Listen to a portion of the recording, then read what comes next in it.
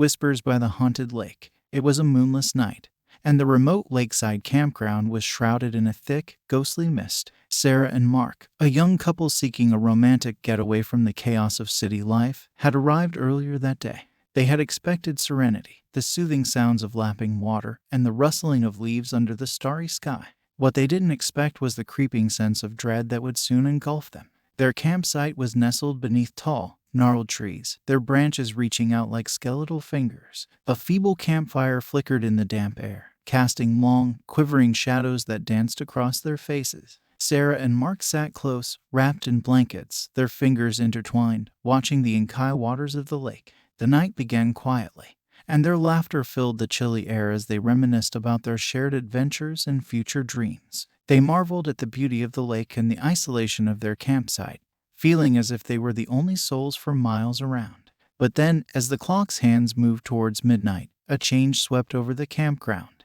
The laughter died on their lips, replaced by an unsettling silence. "Did you hear that?" Sarah whispered, her eyes wide and searching the darkness beyond the campfire's glow. Mark frowned. "Hear what?" "Whispers," Sarah replied, her voice trembling. "I could swear I heard whispers coming from the lake." Mark strained his ears, and soon he heard them too, a faint, haunting murmur as if 100 voices from the past were carried on the breeze. It was the kind of sound that made the hair on the back of one's neck stand on end.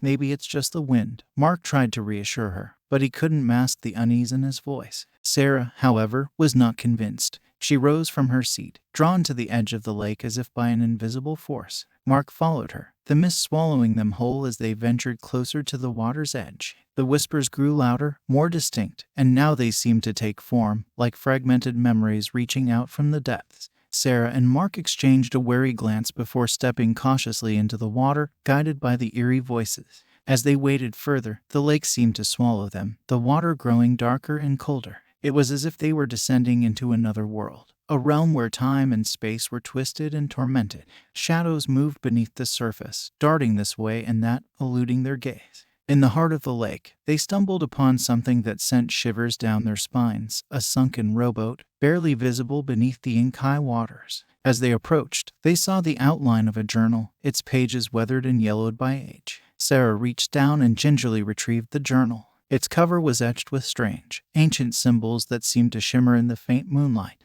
She opened it, revealing pages filled with cryptic writings, drawings of eerie figures, and accounts of long-forgotten rituals. "The journal," Sarah whispered, her voice quivering with fear. "It must hold the key to these whispers, to this place." Mark nodded, his eyes fixed on the journal. "We need to find out more. We can't leave now." Their curiosity turned into obsession as they pored over the journal, deciphering its cryptic contents. The more they read, the more they realized the chilling truth. They had stumbled upon a forgotten cult that had once thrived on the lake's shores, conducting dark rituals to summon otherworldly entities. The whispers, they learned, were the echoes of those long-dead cultists, trapped in a never-ending cycle of torment.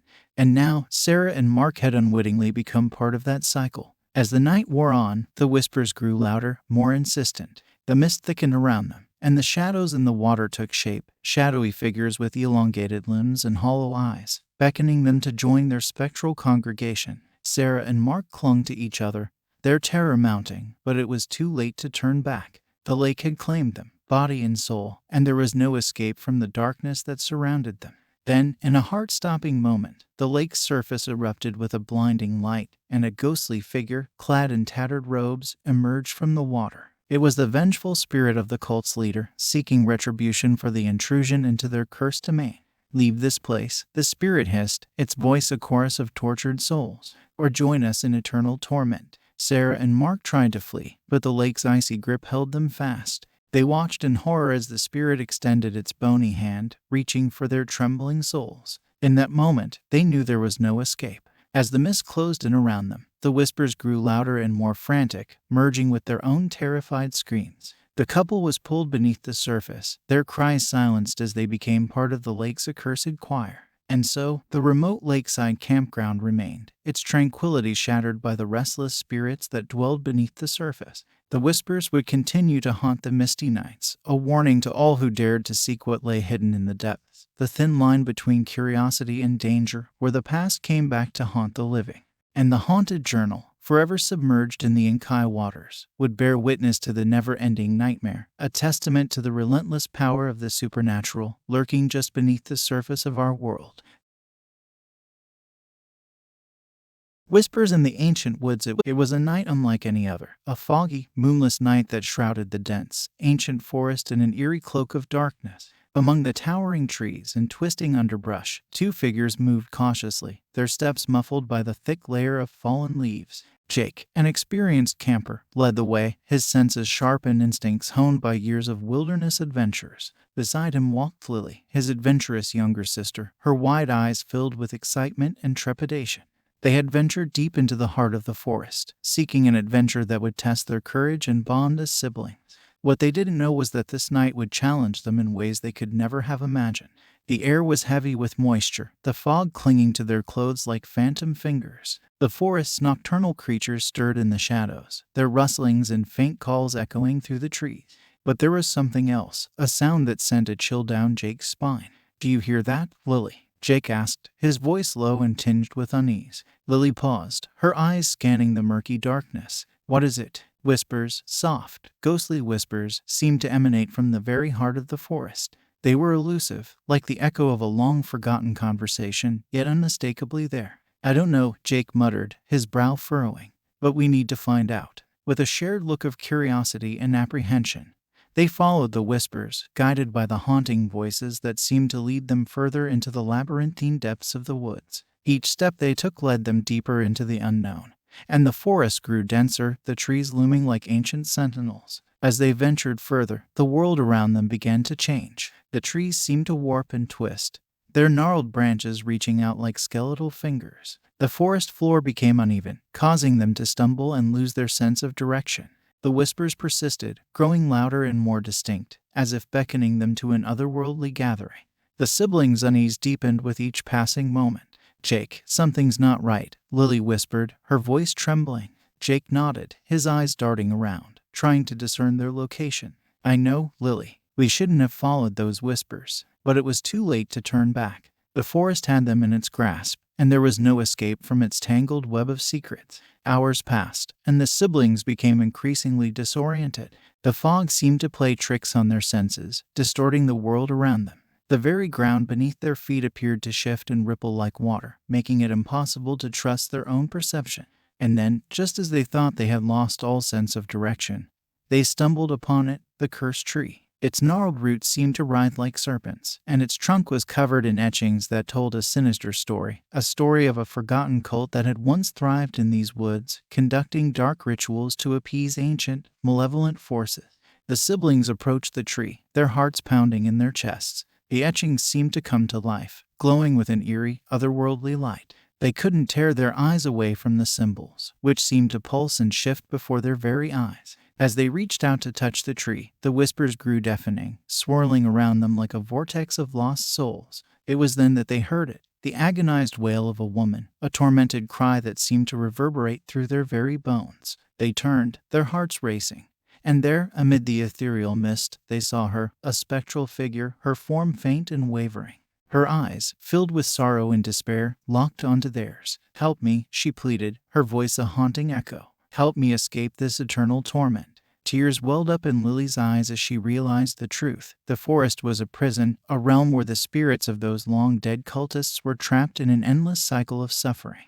Jake and Lily, overcome with empathy, reached out to the spectral figure, their fingers brushing against the cold, intangible mist. But they could do nothing to ease her suffering, nothing to free her from the curse that bound her. As they stood there, helpless, the whispers grew louder, more frantic, and the forest seemed to close in around them, its ancient trees closing ranks as if to protect its secrets. In a final, chilling revelation, the cursed tree's etchings shifted to form a warning of the price they would pay for their intrusion into the forest's dark past. With a sense of mounting horror, Jake and Lily realized the forest would not release them.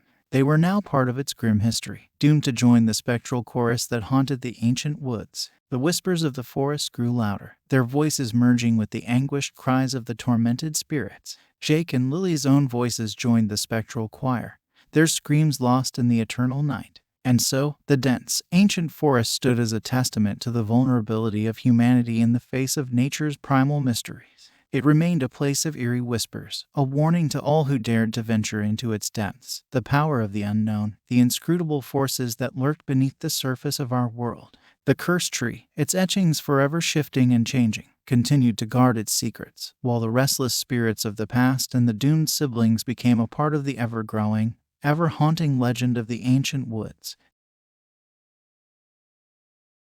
The Haunting Diary of Campsite 13. The isolated campsite lay deep within the forest, a clearing surrounded by looming, shadowy trees that seemed to whisper secrets to anyone who dared to listen. Amy, Mike, and Lisa, a group of college friends, had ventured into the wilderness seeking adventure, unaware that the chilling tale of Campsite 13 would soon become their own. The evening sun cast long, eerie shadows as they set up their campfire. The forest seemed to close in around them, the trees standing sentinel like ancient guardians of a forgotten past. Excitement filled the air as they shared stories and laughter, unaware of the ominous destiny that awaited them. It was Amy who discovered it, a tattered diary hidden beneath a moss-covered rock. Its pages were weathered and yellowed with age, the cover adorned with cryptic symbols that sent shivers down their spine. "Look at this, guys," Amy exclaimed, her voice trembling. "It's an old diary. Maybe it'll tell us something about this place." With a sense of morbid curiosity, they gathered around the diary, its fragile pages revealing the dark history of Campsite 13. The diary belonged to a woman named Sarah, who had camped there many years ago. Her entries spoke of strange occurrences, whispers in the night, and an unsettling feeling that the forest was alive with malevolent forces. As they read, the forest seemed to grow darker, the rustling of leaves overhead taking on an ominous tone. Sarah's diary told of a forbidden ritual conducted by a cult that had once thrived in these woods, a ritual meant to summon otherworldly entities. She described the symbols they had carved into the trees, a mark of their allegiance to the dark forces. Lisa shivered, her eyes darting nervously between the trees. "We shouldn't be here. This place is cursed." But Mike dismissed her fears, his curiosity piqued. "Come on, guys, it's just an old diary. There's no such thing as curses." As night fell and the campfire crackled, the forest seemed to come alive with an eerie energy. Strange, otherworldly symbols began to appear on the trees surrounding their campsite, glowing with an unnatural light. The symbols shifted and danced, casting eerie shadows that danced in the flickering firelight. Tension hung in the air as the friends exchanged nervous glances. The forest whispered secrets to them, its chilling voices mingling with the echoes of Sarah's diary. It was as if the very trees were trying to communicate, warning them of the dark forces that still linger. Suddenly, the campfire went out, plunging them into darkness. Panic set in as they fumbled for flashlights, their beams revealing the symbols etched into the trees with an eerie, malevolent glow. And then they heard it, the sound of ghostly whispers, growing louder and more insistent. The forest seemed to come alive with unseen figures, shadows darting in and out of their flashlight beams. Amy's voice quivered as she whispered, "We have to leave, now." But before they could make their escape, a presence emerged from the darkness, a spectral figure, clad in tattered robes, its eyes hollow and filled with malevolence. It was the vengeful spirit of the cult's leader, seeking justice for the intrusion into their cursed domain. "Leave this place," the spirit hissed, its voice a chorus of tortured souls, "or face the consequences of your curiosity." Fear gripped them as they scrambled to their feet, fleeing into the forest in a blind panic. The whispers pursued them, echoing through the trees, and the symbols on the trees seemed to come to life, reaching out with spectral fingers. As they ran, they stumbled upon an ancient, decaying altar, a site where the cult had once conducted their forbidden rituals. The symbols on the altar pulsed with a sinister energy, and the air grew thick with dread. In their desperation, they attempted to appease the vengeful spirit, offering apologies for their intrusion and vowing to leave the forest forever. But the spirit was relentless, its hollow eyes fixed on them with an unyielding gaze. Their pleas fell on deaf ears as the forest itself seemed to close in around them, the very ground beneath their feet shifting and twisting. The symbols on the trees glowed brighter, and the whispers grew louder, a cacophony of torment and despair. With a final, bone-chilling wail, the vengeful spirit unleashed its wrath, and the forest erupted with blinding light. Shadows swirled around them, and they were pulled into an otherworldly vortex, their screams drowned out by the relentless voices of the past. And so, the isolated campsite remained, a haunting reminder of the consequences of past actions and the price of curiosity. The forest whispered its secrets to all who dared to enter, a warning that some knowledge is better left undiscovered.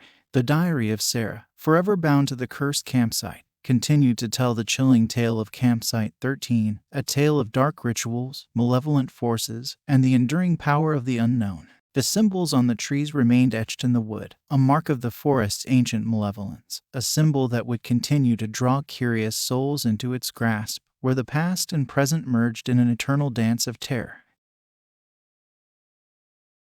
The Curse of Campsite 7. The remote campground lay shrouded in darkness, far removed from the comfort of civilization. David and Emily, a couple yearning for adventure, had embarked on a journey into the heart of the unknown. But little did they know that their desire for excitement would lead them to a place where the line between reality and horror blurred beyond recognition.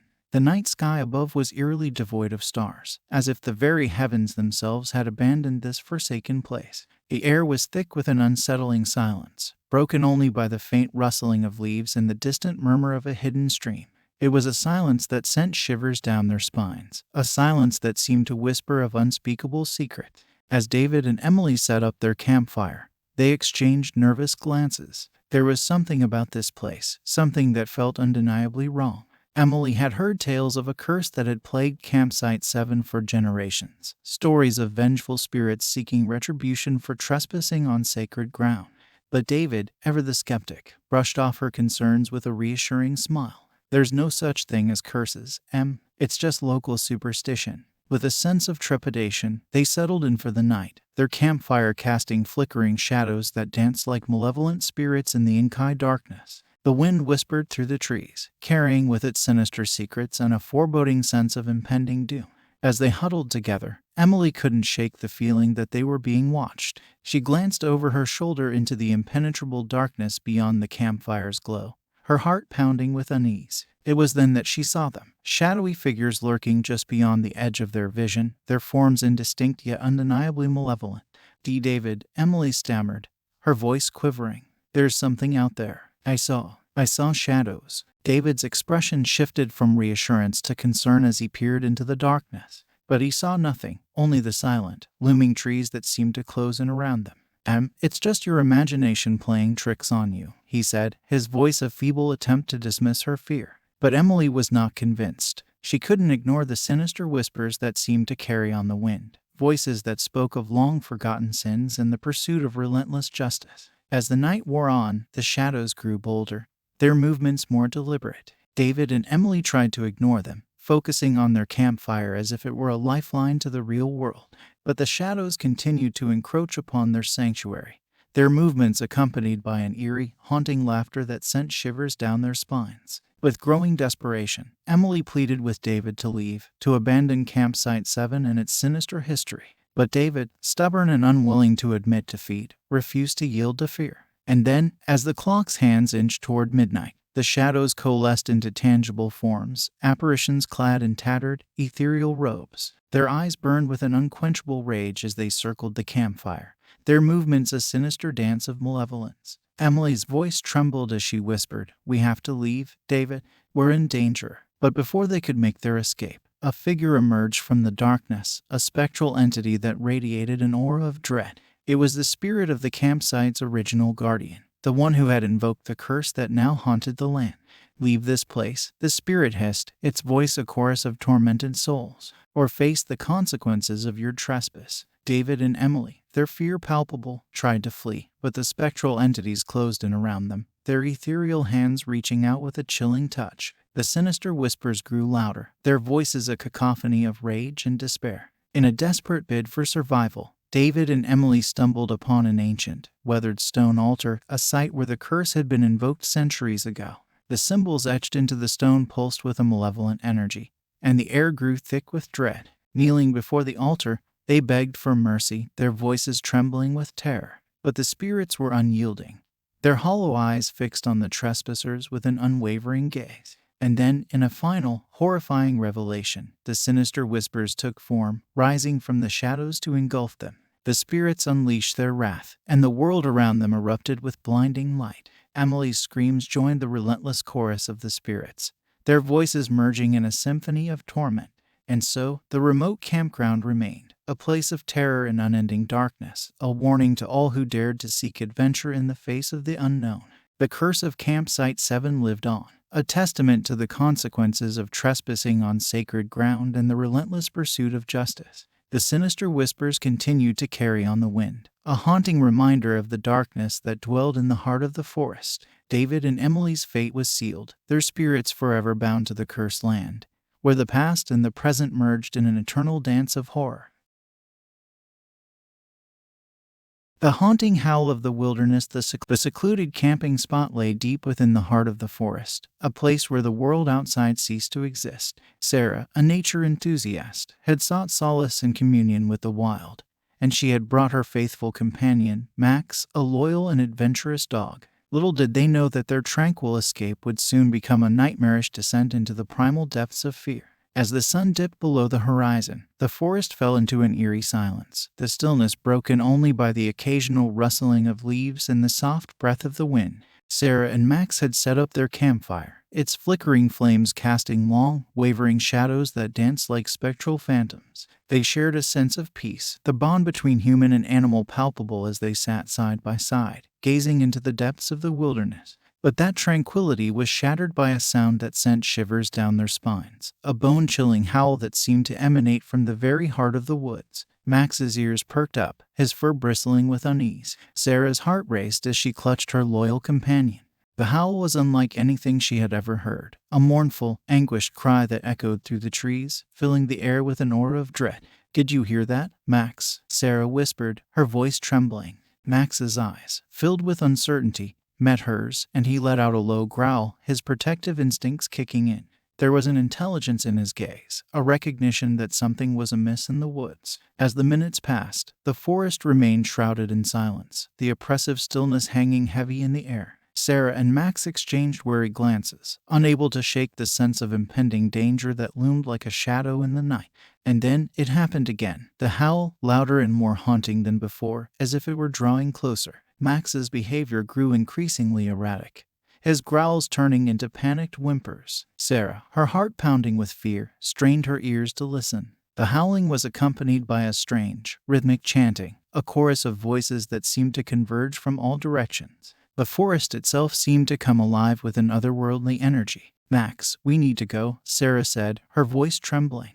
But as they tried to pack up and leave, an oppressive force seemed to envelop them, holding them in place. Max's whimpers grew more desperate, his eyes darting frantically through the trees. Then, in a terrifying moment, the forest seemed to part, revealing a clearing illuminated by an eerie, ghostly light. Sarah and Max stood at the edge of the clearing, their eyes widening in terror as they beheld a nightmarish sight. A circle of ancient stones surrounded a decaying altar, a sight that reeked of dark rituals and the presence of malevolent forces. Sarah's breath caught in her throat as she saw the symbols etched into the stones, symbols that spoke of a long-forgotten cult that had once thrived in the heart of the forest. As the forest's unearthly voices grew louder, the symbols on the stones pulsed with an otherworldly energy, casting grotesque, shifting shadows that danced with unnatural life. The chanting reached a fevered pitch, and Sarah and Max found themselves at the mercy of a supernatural force. They watched in horror as a spectral figure emerged from the darkness, a vengeful spirit, clad in tattered robes, its eyes hollow and filled with malevolence.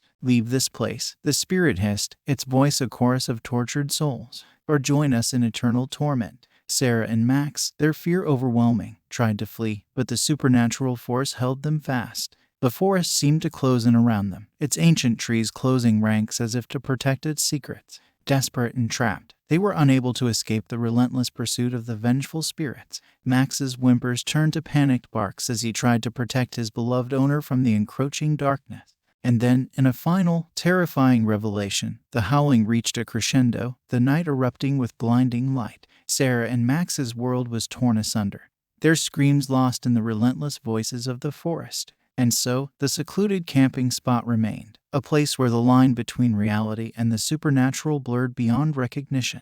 The haunting howl of the wilderness continued to echo through the woods, a warning to all who dared to seek adventure in the heart of the unknown, a warning of the vulnerability of humans in the wilderness, and the primal fear of the unknown. The ancient symbols etched into the rocks continued to bear witness to the horrors of that night, a testament to the relentless pursuit of justice by the vengeful spirits that dwelled in the depths of the forest. Sarah and Max were forever bound to the cursed land, where the past and the present merged in an eternal symphony of terror. The haunting of Whispering Pines. The deserted campground lay cloaked in darkness, the only illumination coming from the faint glow of the moon, struggling to penetrate the thick canopy of swaying pines. A group of friends, Alex, Sam, and Emma, had embarked on a camping trip seeking adventure, but they were about to stumble upon a chilling mystery that defied the boundaries of time and the living. The night was pitch black, and the silence of the deserted campground was oppressive, broken only by the occasional rustling of leaves and the haunting whisper of the wind through the towering pines. As they made their way through the labyrinthine woods, they stumbled upon an abandoned campsite, frozen in time like a relic from the past. Flickering lanterns hung from the surrounding trees, casting eerie, shifting shadows that danced like phantoms. The campfire lay unattended, its flames flickering in the eerie stillness of the night. But what sent shivers down their spines was the sense of déjà vu, the overwhelming feeling that they had been here before in another lifetime. "This is strange," Sam muttered, his voice trembling. Emma nodded, her gaze fixed on the eerie campsite. "It's like we've walked into a different time." Alex, ever the skeptic, tried to dismiss their unease. "Come on, guys, it's probably just some old campsite that someone forgot to clean up." But the air was charged with an otherworldly energy, and the friends couldn't shake the feeling that something was profoundly wrong. As they explored the campsite further, they stumbled upon a journal, its pages yellowed with age but filled with entries that seemed to have been written moments ago. The journal spoke of the campers' joyous arrival at Whispering Pines, their laughter and camaraderie by the campfire, and their plans for a weekend filled with adventure. But as the friends read on, the entries grew increasingly ominous, describing strange occurrences, flickering lanterns, whispered voices in the night, and a deep sense of dread that settled over the campsite. Emma's voice quivered as she read aloud. "It's like they were living our exact experience." Alex scoffed, trying to maintain his composure. "It's just a weird coincidence. People have similar camping trips all the time." But the atmosphere around them seemed to thicken, and the lanterns began to flicker more erratically, casting eerie shadows that danced like restless spirits. As the friends sat around the campfire, they were overwhelmed by a sense of déjà vu that grew stronger with each passing moment. The air grew colder, and the forest seemed to come alive with spectral whispers, a chorus of voices that spoke of long-forgotten stories and the persistence of the past. And then it happened, an unearthly howl that echoed through the trees, freezing their blood in their veins. The spectral vision of the campers came to life before their eyes, their laughter turning to anguished screams as they relived a night of terror. The friends watched in horror as the campers were consumed by a darkness that seemed to rise from the very earth beneath them, their faces contorted in agony, their voices a chorus of despair as they were pulled into an abyss that defied comprehension. "Run!" Sam screamed, his voice filled with terror. But the campground had become a prison, a place where the past and present merged in an eternal dance of horror. The spectral campers turned toward Alex, Sam, and Emma with hollow eyes, their arms outstretched in a relentless pursuit. With desperation gripping their hearts, the friends fled through the labyrinthine woods, their footsteps echoing the terror of those who had come before them. The ghostly campers pursued them with an unearthly determination, their howls of despair echoing through the night. As they ran, they stumbled upon an ancient, weathered altar, a site of dark rituals where the campers had once sought to commune with the spirits of the forest. The symbols etched into the stone pulsed with a malevolent energy, and the air grew thick with dread. Desperation gave way to a frantic plea for mercy as the friends knelt before the altar, their voices trembling with terror. But the spectral campers were unyielding, their hollow eyes fixed on the trespassers with an unwavering gaze. And then, in a final, horrifying revelation, the campers unleashed their wrath, and the forest erupted with blinding light. The world around them shattered, and the spectral vision of the past swallowed them whole, their screams lost in the relentless voices of the campground. And so, Whispering Pines remained a place of haunting mystery, where the past lingered like an eternal specter, and the veil between the living and the dead was thin. The journal, forever bound to the cursed campground, continued to tell the chilling tale of the phantom campers, a tale of déjà vu and the relentless persistence of the past. The flickering lanterns continued to cast eerie shadows that danced like restless spirits, a haunting reminder of the friends' harrowing encounter with the spectral campers. Their fate was sealed, their spirits forever bound to the campground, where the past and the present merged in an eternal symphony of terror. The curse of the unseen waters. The remote campsite lay in the shadow of a cursed, stagnant pond, its inky surface reflecting the cloudy night sky like a dark mirror. Tom and Lisa, a couple with an insatiable curiosity for the supernatural, had ventured into the wilderness seeking to quench their thirst for the unknown. Little did they know that their fascination would unleash a malevolent force that defied comprehension. The cloudy night hung heavy with foreboding as they set up their campsite, the air filled with a palpable tension that seemed to emanate from the cursed pond. The very water itself appeared to pulse with an unnatural darkness, a presence that clawed at the edges of their senses. Tom and Lisa had always been drawn to the occult, their fascination with the supernatural leading them down a path of danger and discovery. As they sat beside their campfire, the flickering flames cast eerie shadows that danced like phantoms, their faces reflecting a mixture of trepidation and excitement. Lisa's eyes gleamed with curiosity as she pulled an old book from her backpack, its pages filled with cryptic symbols and incantations. "This is it, Tom. The ritual we've been searching for. The one that will unlock the secrets of this cursed place." Tom, ever the skeptic, hesitated. "Are you sure about this, Lisa? We don't know what we're dealing with." But Lisa's determination was unwavering, and she proceeded with the forbidden ritual, a chant that called upon the spirits that dwelled within the cursed pond. The very air seemed to thicken as the incantation filled the night, and the pond responded with ripples that defied explanation. As the last words of the incantation left Lisa's lips, a profound stillness fell over the campsite, as if the very forest held its breath. The clouds above seemed to part, revealing a pale, sickly moon that cast an eerie glow over the pond. And then it happened. A spectral figure rose from the depths of the pond, its form ethereal and menacing.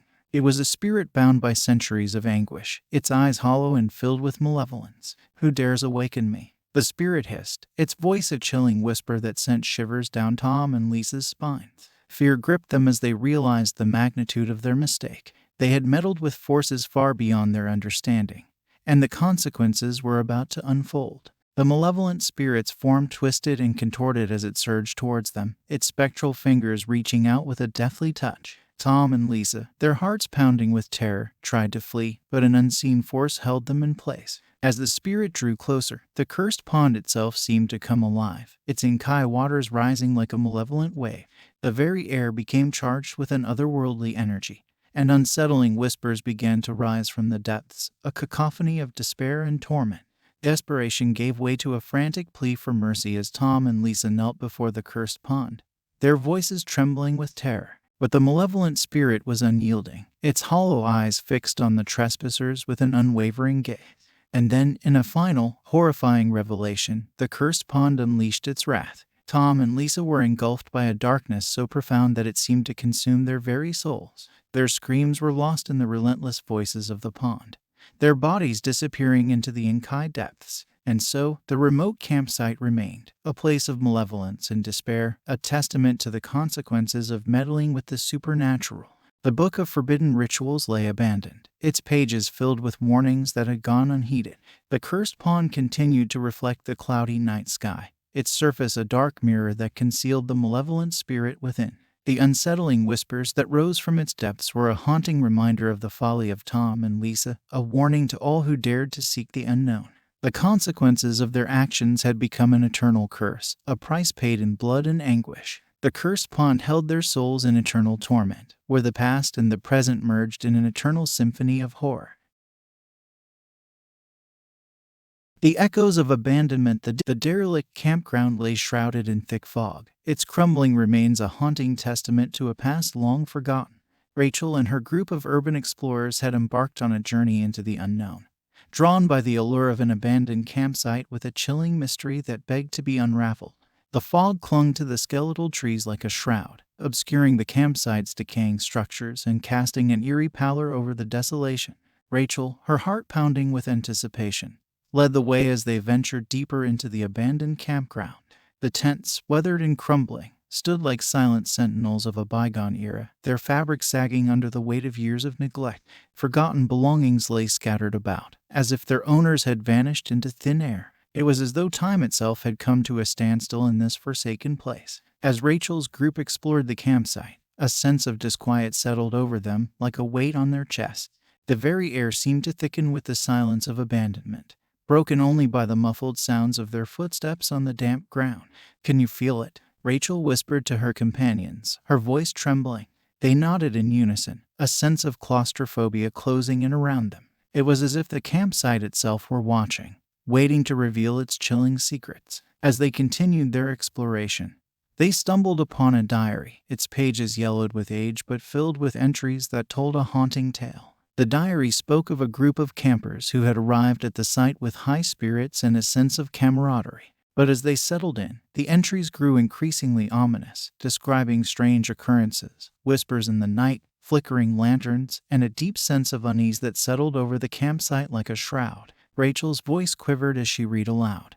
They sensed something lurking in the fog, something that refused to reveal itself. The fog outside the tents grew thicker, as if the very air were closing in around them.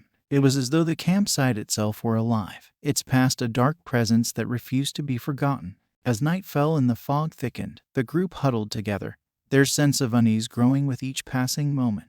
The lanterns they had brought cast feeble glows that barely pierced the gloom, and the fog outside seemed to swallow the campsite whole. And then it happened, an eerie, otherworldly howl that echoed through the fog, freezing their blood in their veins. The fog itself seemed to come alive, twisting and writhing as if possessed by a malevolent force. Fear gripped them as they realized that the echoes of the past were returning, and the horrors of abandonment were about to resurface. The very ground beneath them trembled, and the fog grew thicker, obscuring their vision until they could barely see their own hands. Rachel's heart pounded as she clutched the diary, the entries describing the campers' descent into madness as they were stalked by an unseen presence. It was a presence that now seemed to encircle them, its malevolence palpable. Desperation gave way to a frantic plea for escape as the group tried to flee the campsite.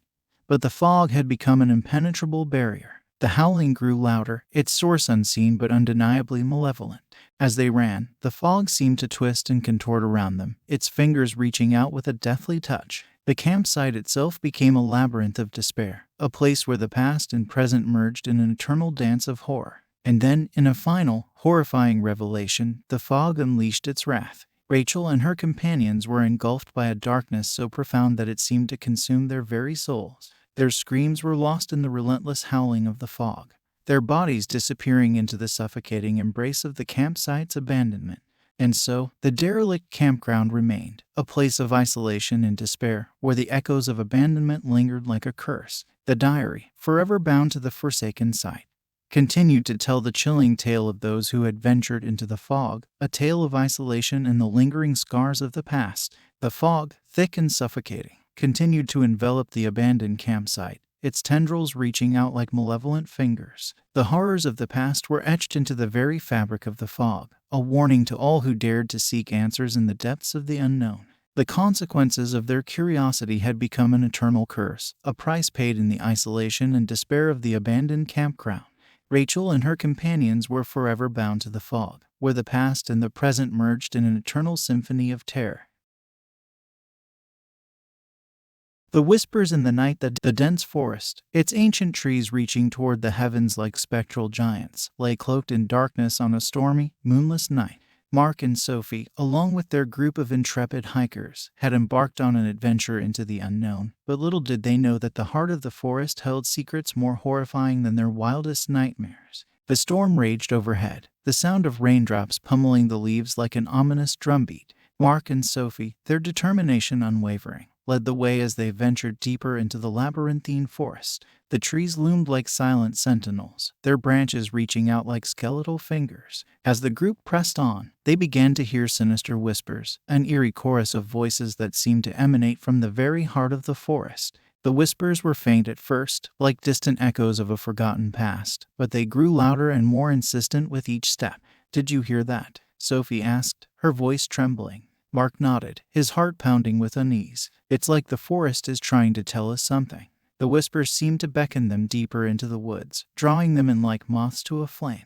The group followed, unable to resist the allure of the unknown. It was as though the very forest itself had come alive, its secrets calling out to them in a language they could not comprehend.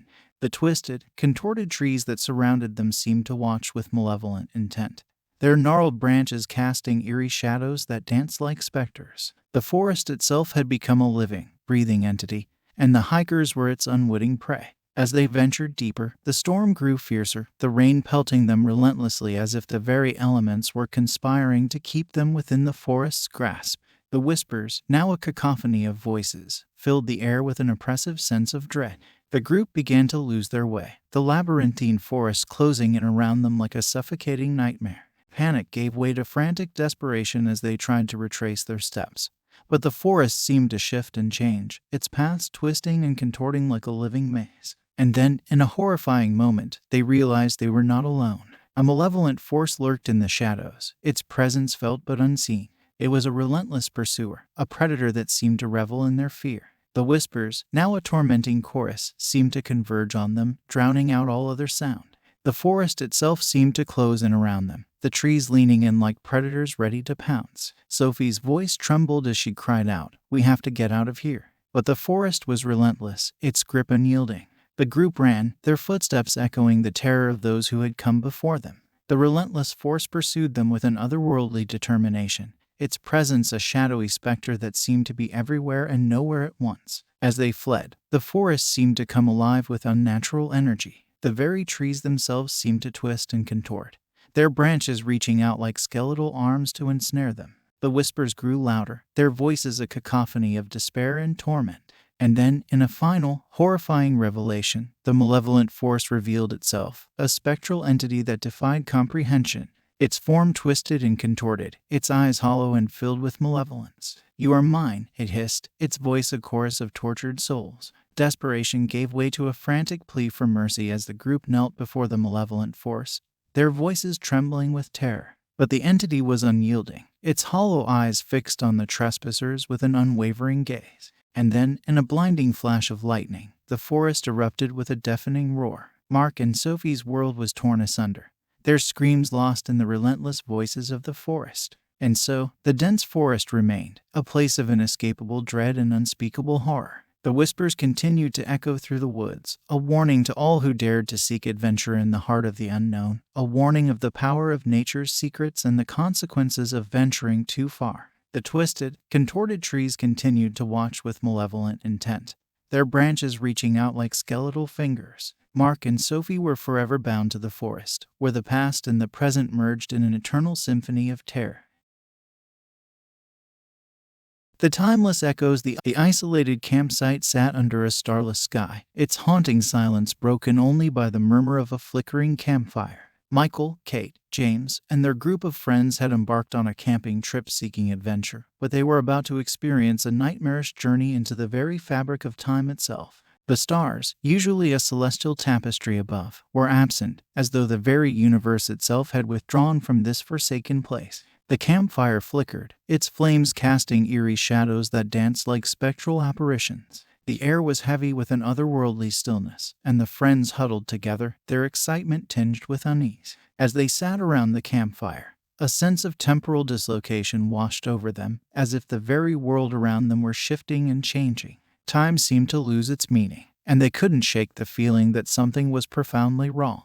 Michael, the group's natural leader, was the first to speak, his voice trembling with uncertainty. "Did anyone else feel that? It's like time is unraveling." Kate nodded, her eyes filled with apprehension. "I thought I saw something ... or someone, just beyond the firelight. But when I looked again, there was nothing there." James, ever the skeptic, tried to dismiss their unease. "It's just our imagination playing tricks on us. We're in the middle of nowhere, after all." But the air was charged with an otherworldly energy, and the campfire seemed to defy logic and time, its flames flickering in a rhythm that defied comprehension.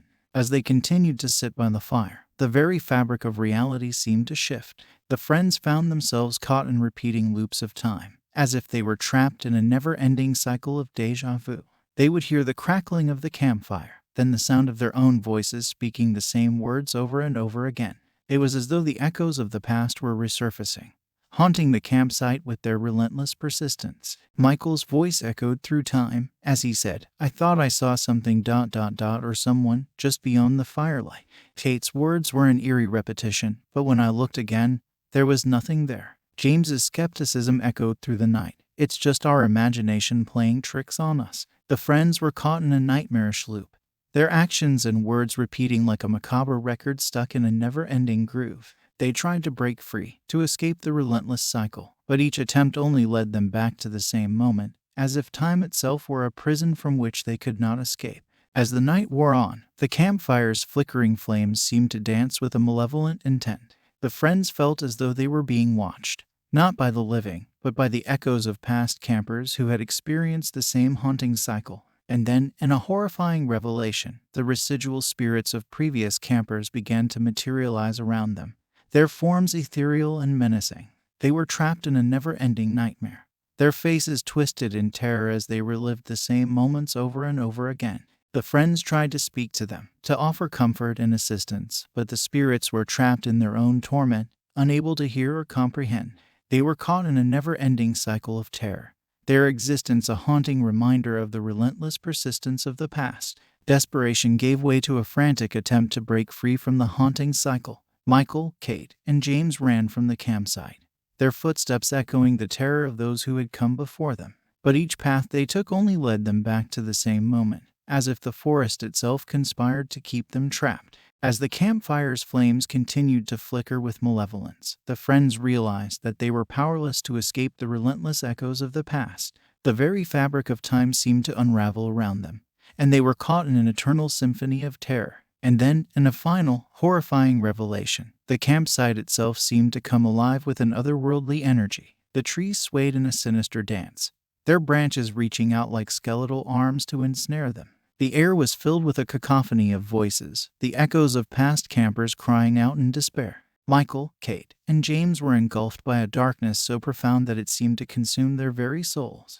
Their screams were lost in the relentless voices of the campsite, their bodies disappearing into the never-ending cycle of time.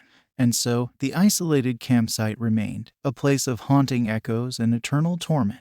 The campfire continued to flicker with malevolence, its flames a reminder of the friends who had ventured into the timeless abyss. The consequences of their curiosity had become an eternal curse, a price paid in the haunting echoes of the campsite.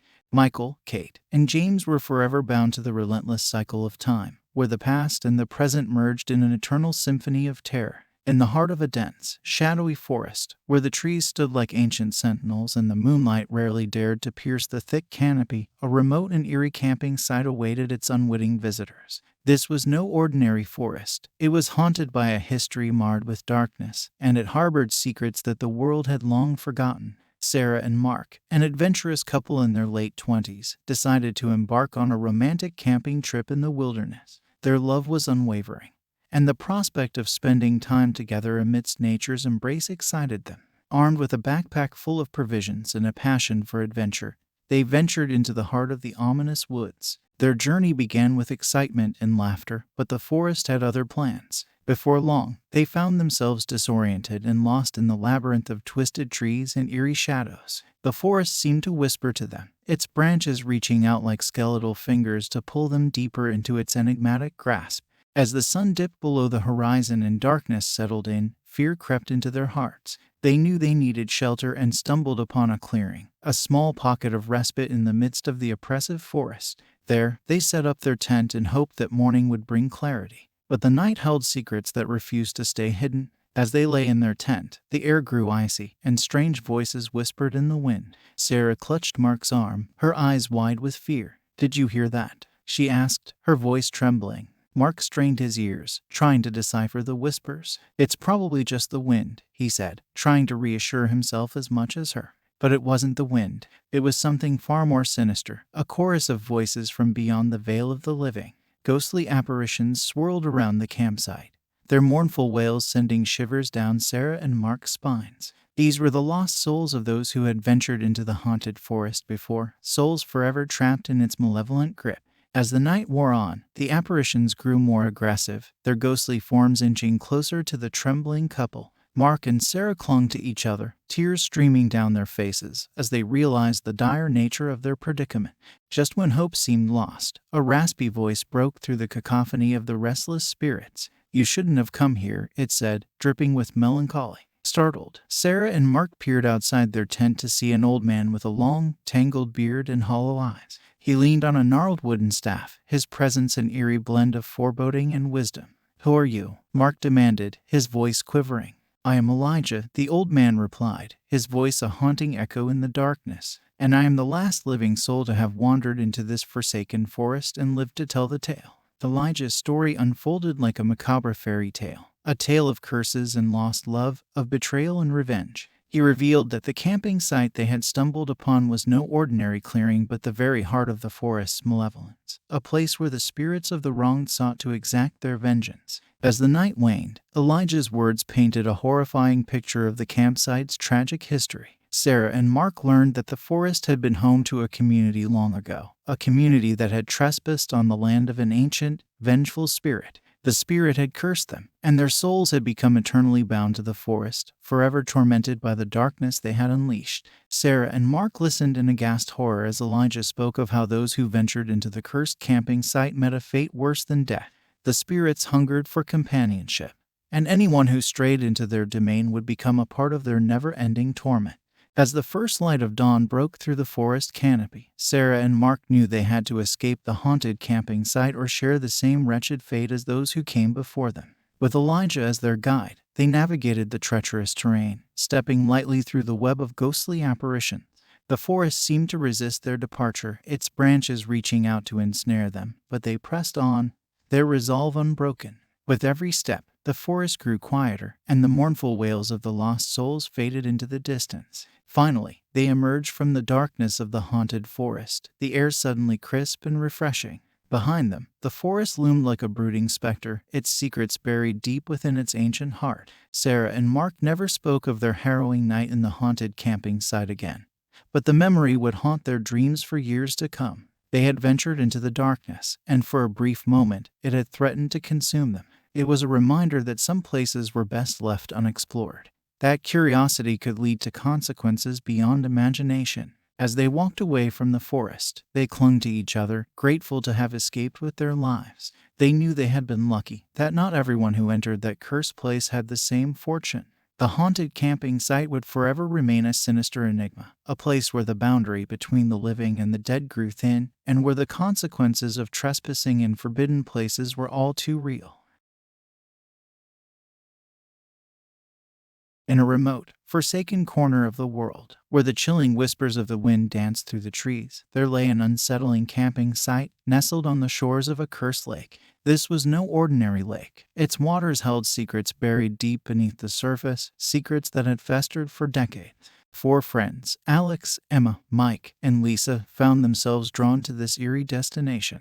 They had been inseparable during their school years, but life had scattered them to the winds. Now, they sought to rekindle their friendship with a camping trip that would, unbeknownst to them, lead them into the heart of darkness. The day they arrived was shrouded in mist, and the lake was like a sheet of glass, reflecting nothing but foreboding gray skies. The camping site had an air of abandonment, as if it had been forgotten by time itself. Broken tents and rusted camping gear littered the area, remnants of past adventurers who had vanished without a trace. As they set up their camp, unease settled upon them like a heavy fog. The lake's waters were calm, but something about them seemed unnatural, as if they held the memories of all those who had disappeared within their depths. That evening, as they huddled around a flickering campfire, Alex noticed something peculiar out on the lake. A line of floating lanterns appeared, their soft, ghostly glow casting an eerie light on the water. They moved in a slow, deliberate procession, like lost souls searching for their way home. "Did you guys see that?" Alex asked, his voice trembling. The others turned their gaze to the lake, their faces etched with confusion and fear. Emma whispered, "It's just an illusion. The lake does strange things to your mind." But they couldn't tear their eyes away. The lanterns drew closer, and as they did, ghostly apparitions materialized around them, figures in old-fashioned camping gear, their faces pale and twisted in anguish. Mike's voice quivered as he spoke. "This can't be real. It's got to be some sort of trick." Lisa, however, had a different theory. She had always been drawn to the mysterious and supernatural. "I think they're trying to tell us something," she said, her voice barely audible. As if in response, the apparitions began to speak, their voices carrying across the water like a mournful symphony. They told a tale of a camping trip gone horribly wrong, of a group of friends just like them who had ventured to this very spot decades ago. They spoke of whispers in the night, of eerie shadows in the woods, and of a malevolent force that had torn them apart, one by one. The friends sat in horrified silence, listening to the chilling tale. They couldn't deny the resemblance between the apparitions and themselves. The same number of friends, the same desire for adventure, and now the same haunted fate. It was then that a realization struck Alex. "The lake," he said, his voice trembling. "It's not cursed. It's angry." The others turned to him, puzzled. "What do you mean?" Emma asked. Alex explained that the lake had been a witness to a terrible event many years ago. The friends who had vanished here had left behind a trail of guilt and betrayal. Their secrets had poisoned the very waters of the lake. And now the spirits sought retribution. The apparitions drew closer, their mournful gazes fixed upon the four friends. As they did, the ground beneath their feet began to tremble. The campsite seemed to come alive, tent stakes twisting like skeletal fingers, and the lake's waters roiled in anger. "We have to make amends," Alex said, his voice determined. "We have to confront our guilt and apologize for what happened here." With that, the friends embarked on a desperate journey to uncover the truth. They retraced the steps of the ill-fated campers, piecing together the events of that fateful night. Along the way, they encountered eerie manifestations, ghostly echoes of the past that served as grim reminders of what had transpired. The deeper they delved into the darkness, the more they realized that the sins of the past had taken physical form. The malevolent force that had torn apart the earlier group of friends was now unleashed upon them, a relentless specter seeking to claim their souls. As they reached the heart of the mystery, they discovered the remains of a campfire from long ago, its embers still smoldering. It was there that they confronted the malevolent force, a swirling, shadowy presence that loomed over them.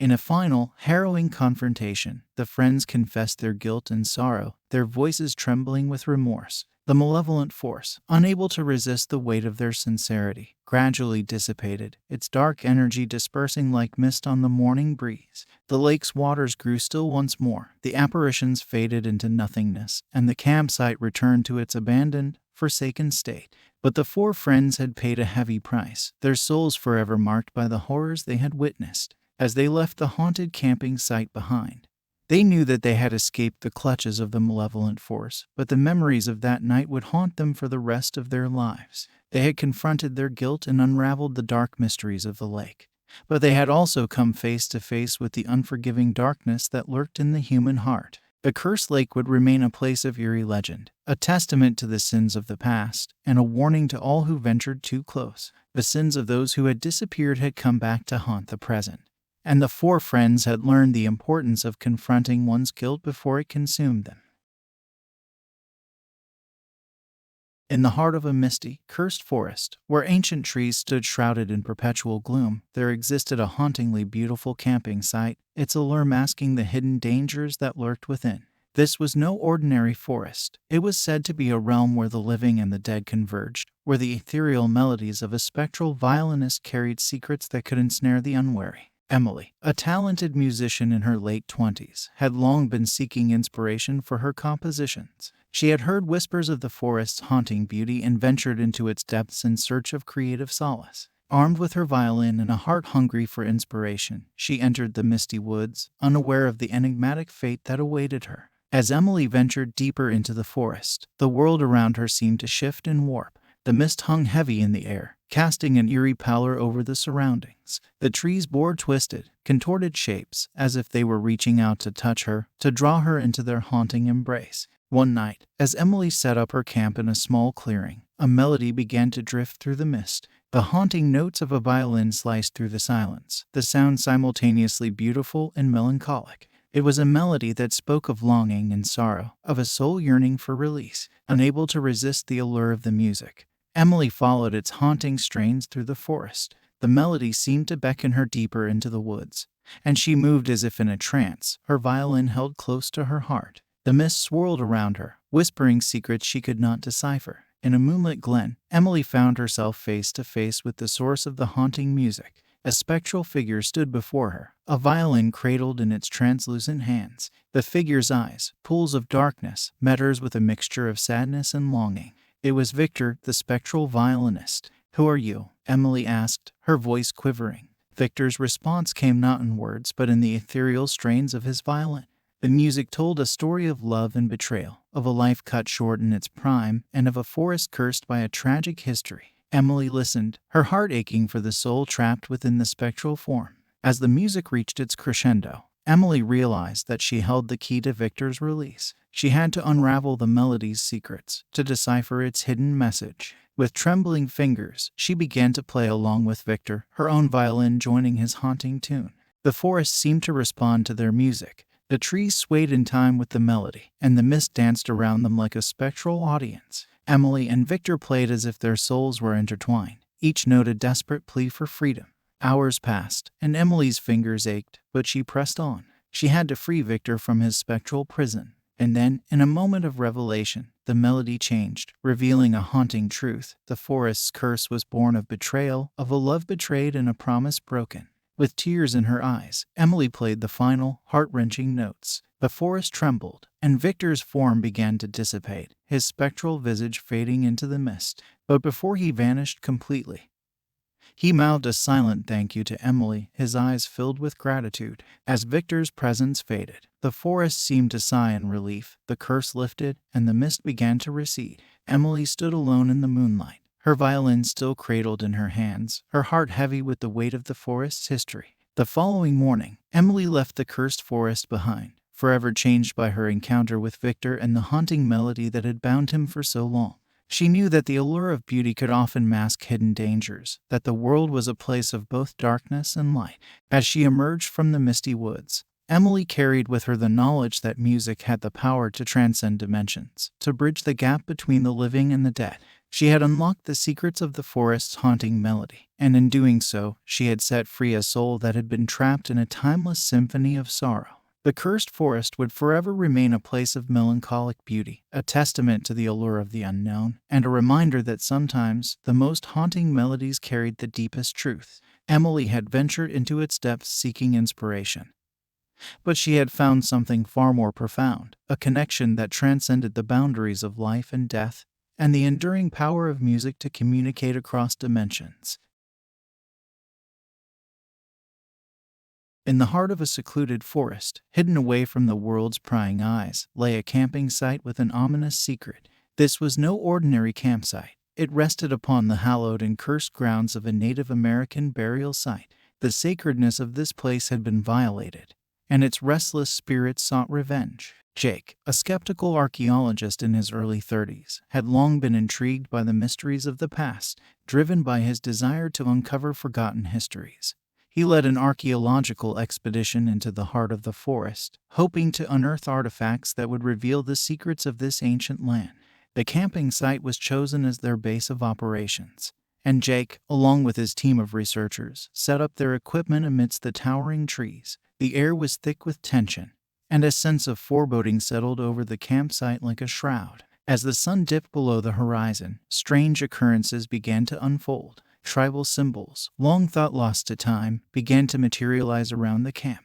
They appeared on rocks, in the dirt, and even etched themselves onto the trees. Jake dismissed these signs as mere coincidence, attributing them to the work of pranksters or overactive imaginations. But soon, the forest itself seemed to come alive. Strange whispers drifted through the night air, and ghostly figures flitted through the shadows. Jake's skepticism wavered as he caught fleeting glimpses of apparitions, their eyes filled with anger and sorrow. One fateful night, as the campfire crackled and the team gathered around, a powerful presence made itself known. It was the vengeful spirit of a tribal shaman, his form both ethereal and imposing. The air grew cold, and the forest fell silent, as if the very earth dared not defy the shaman's wrath. Who dares trespass upon this sacred land? The shaman's voice boomed, echoing through the campsite. Jake's heart pounded in his chest as he stammered, I am an archaeologist. We mean no harm. We seek only to uncover the secrets of the past. The shaman's eyes blazed with fury as he recounted the violation of the burial grounds. He spoke of the desecration of his people's resting place, of artifacts stolen and ancient rituals disrupted. He had been unjustly killed, and his spirit bound to the land until justice was served. Jake, though still skeptical of the supernatural, recognized the gravity of the situation. He knew that the only way to quell the shaman's anger was to uncover the truth of what had transpired all those years ago. The next day, the expedition delved deep into the forest, following the shaman's guidance. Tribal symbols led the way, illuminating their path through the tangled undergrowth. As they journeyed deeper into the woods, they came upon a hidden cave, the final resting place of the shaman. Inside the cave, they discovered the shaman's remains, his body preserved by the natural elements. Beside him lay the stolen artifacts, relics that had been taken from the sacred burial site. It was clear that the shaman had been murdered while trying to protect the sacred grounds. Jake and his team carefully collected the artifacts, vowing to return them to their rightful place. As they did, the atmosphere in the cave shifted, and the shaman's vengeful presence began to fade. His eyes, once filled with anger, now bore a sense of resolution. The journey back to the campsite was filled with trepidation, for they knew that the shaman's spirit would not rest until justice had been served. Upon their return, they conducted a ceremony, returning the stolen artifacts to their rightful place within the burial grounds. As the last artifact was placed, the earth seemed to sigh in relief, and the shaman's presence finally dissipated. The forest, once shrouded in tension and anger, now radiated a sense of peace. The tribal symbols that had led them to the shaman's resting place faded away, their purpose fulfilled. Jake had put the vengeful spirit to rest, and in doing so, he had learned a valuable lesson about the consequences of disrespecting sacred spaces and the importance of cultural understanding.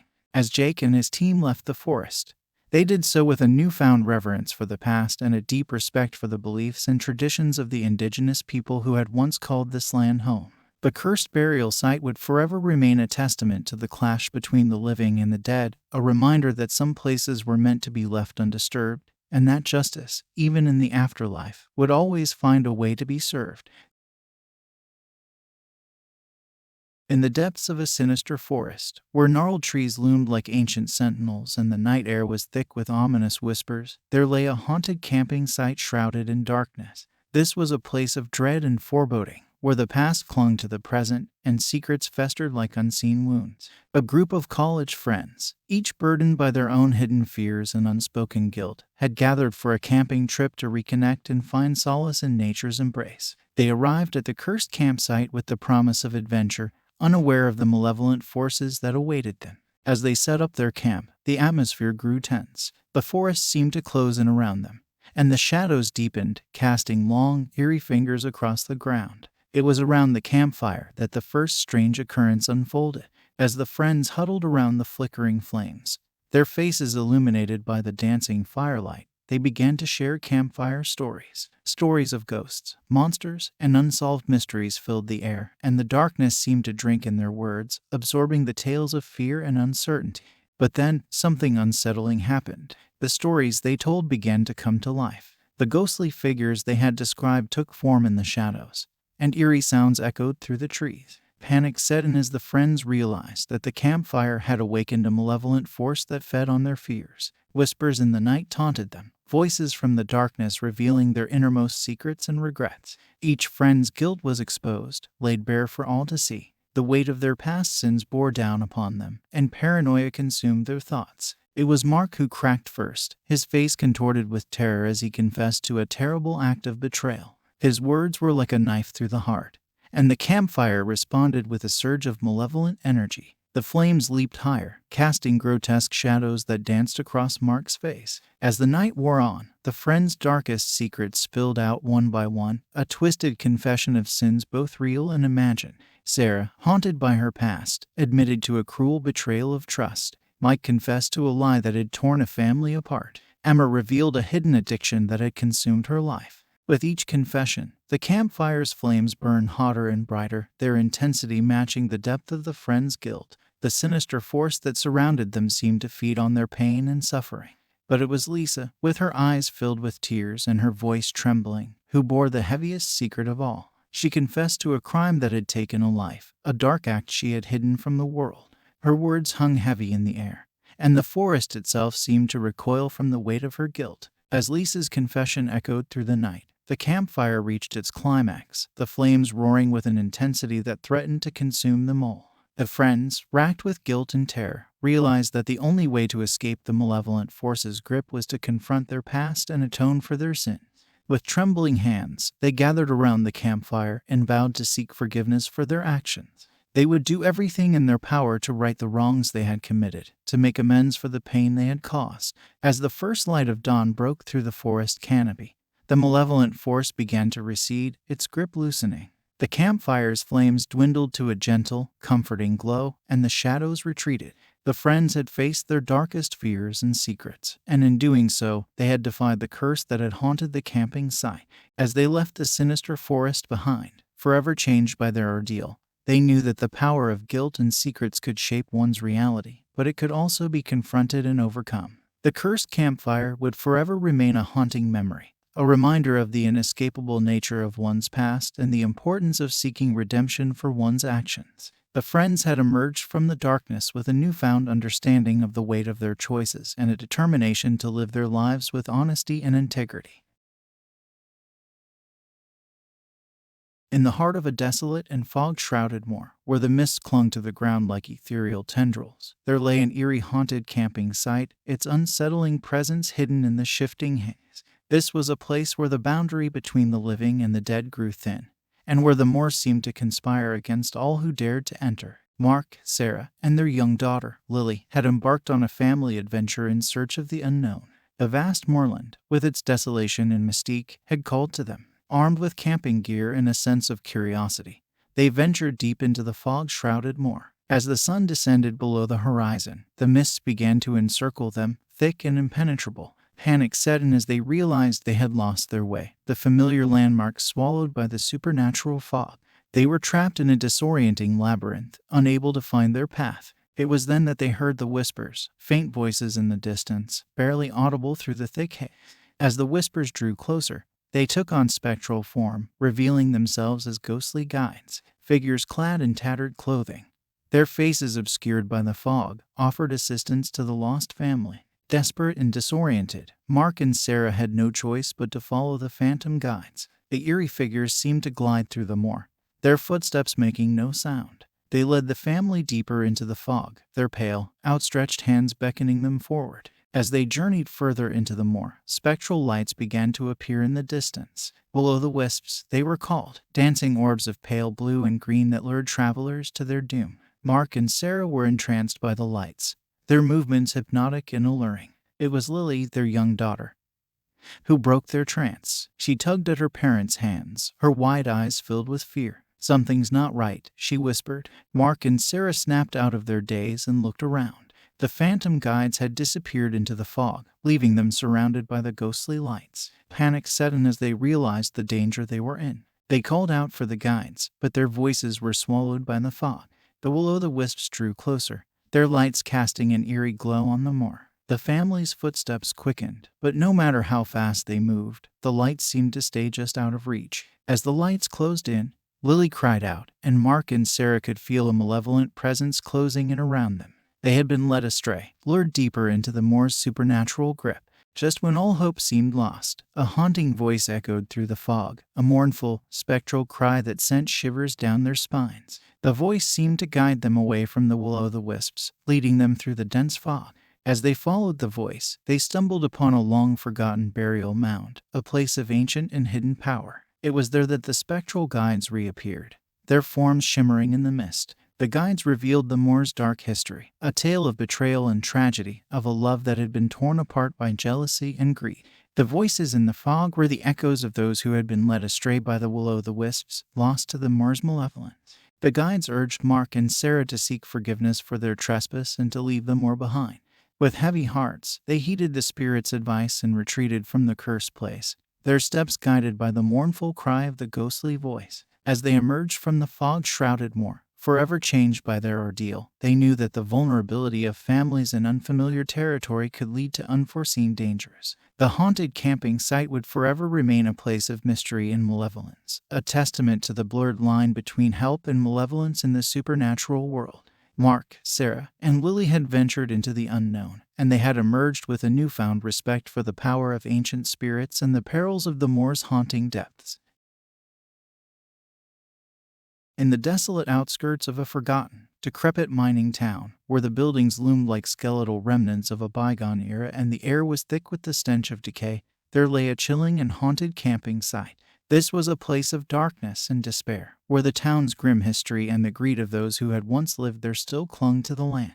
A group of urban explorers had gathered in search of a hidden treasure rumored to be buried beneath the town's ruins. Armed with flashlights and a sense of adventure, they ventured into the decaying heart of the mining town, unaware of the malevolent forces that lurked in the shadows. As they made their way through the crumbling streets, a haunting wind began to howl through the town's ruins. It was a mournful, otherworldly sound, as if the very spirits of the miners who had once toiled here were crying out in anguish. The explorers pressed on, undeterred by the eerie winds, their footsteps echoing through the empty streets. They entered the remains of an old mine, where shafts descended deep into the earth. It was there that they hoped to find the hidden treasure, a fortune said to have been lost to time.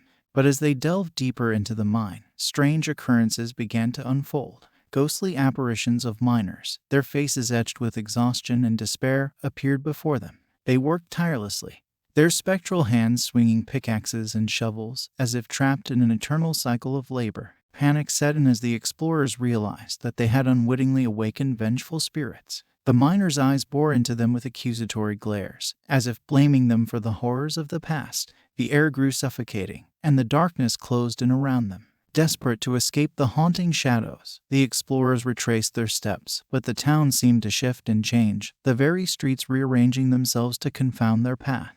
It was as if the town itself conspired to trap them in its decaying past. As they wandered deeper into the town's treacherous depths, they uncovered the grim history of greed and exploitation that had led to the miners' suffering. The town's wealthy industrialists had ruthlessly exploited the miners, subjecting them to unbearable working conditions and paying them a pittance while amassing vast fortunes. The miners had toiled in darkness, their lives sacrificed for the sake of profit. It was a legacy of unchecked greed that had left the town in ruins, and the vengeful spirits of the miners were now exacting their revenge on any who dared to disturb their rest. With each step, the explorers were haunted by the echoes of the past.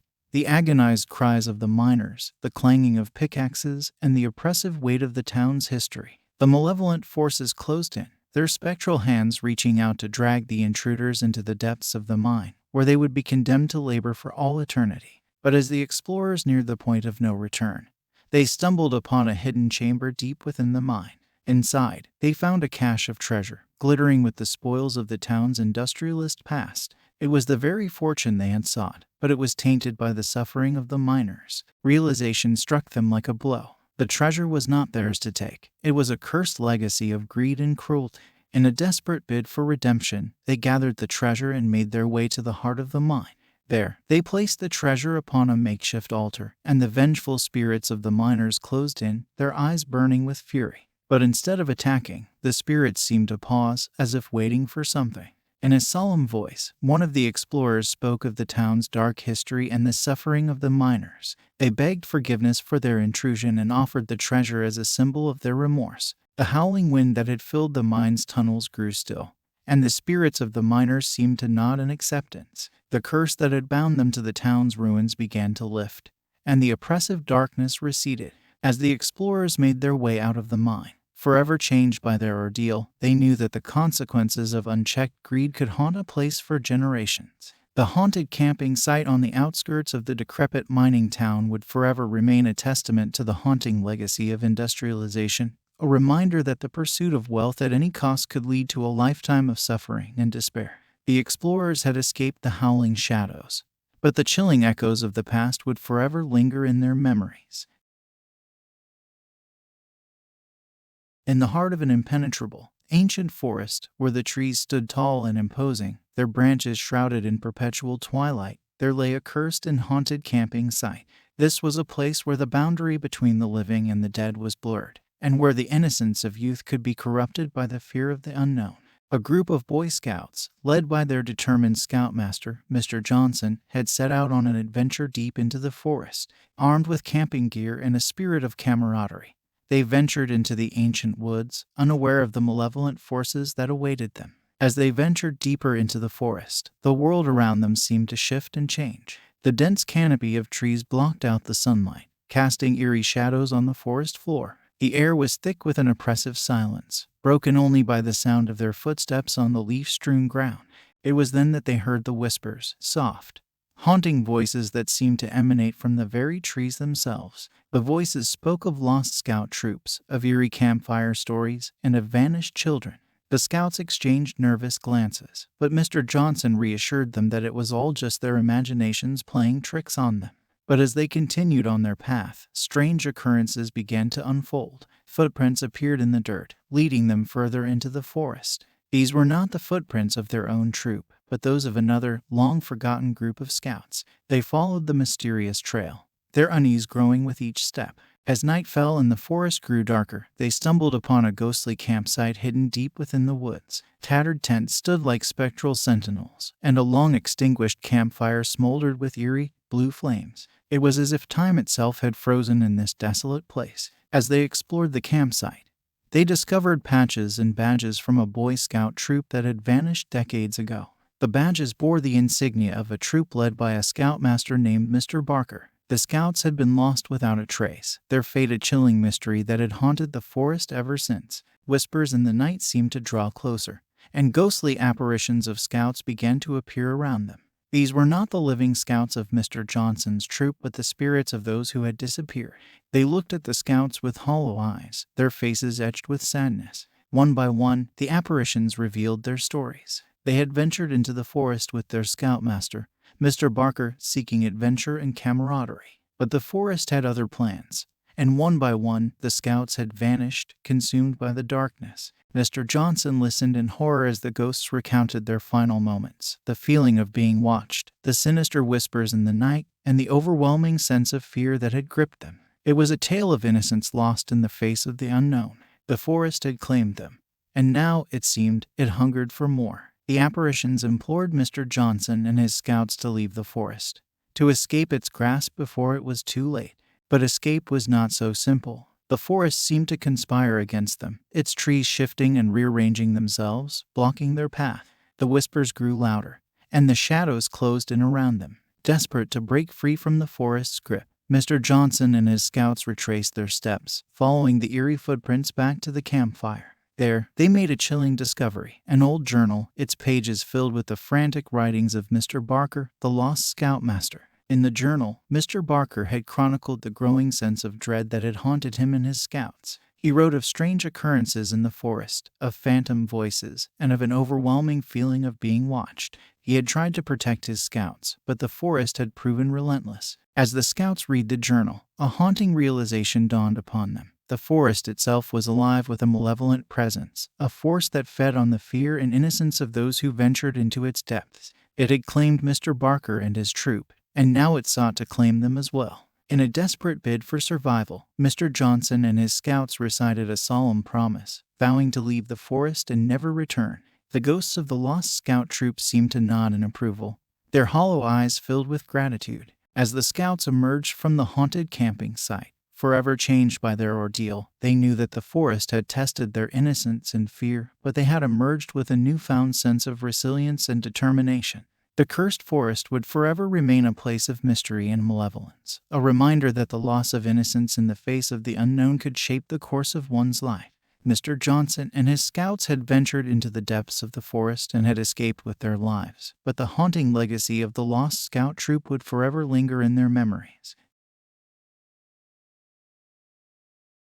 In a desolate valley, where the land stretched as far as the eye could see, its rugged beauty marred by the ominous presence of towering, spectral guardians, there lay a terrifying haunted camping site. This was a place where the boundaries of the mortal world and the supernatural realm blurred, and where the ancient guardians stood watch over secrets that were not meant to be revealed. Anna and David, paranormal investigators with a thirst for uncovering the unknown, had heard the whispers of the valley's malevolent guardians. Armed with cameras, recording equipment, and a sense of determination, they ventured into the desolate valley, unaware of the ancient forces that would soon confront them. As they set up their equipment at the heart of the haunted camping site, the air grew heavy with an unsettling energy. The towering guardians, massive stone figures adorned with cryptic symbols, loomed over them like silent sentinels. Their eyes, carved from ancient stone, seemed to follow Anna and David's every move. The investigators began their exploration, their cameras rolling and their senses on high alert. Eerie whispers echoed through the valley, disembodied voices that spoke in a language unknown to them.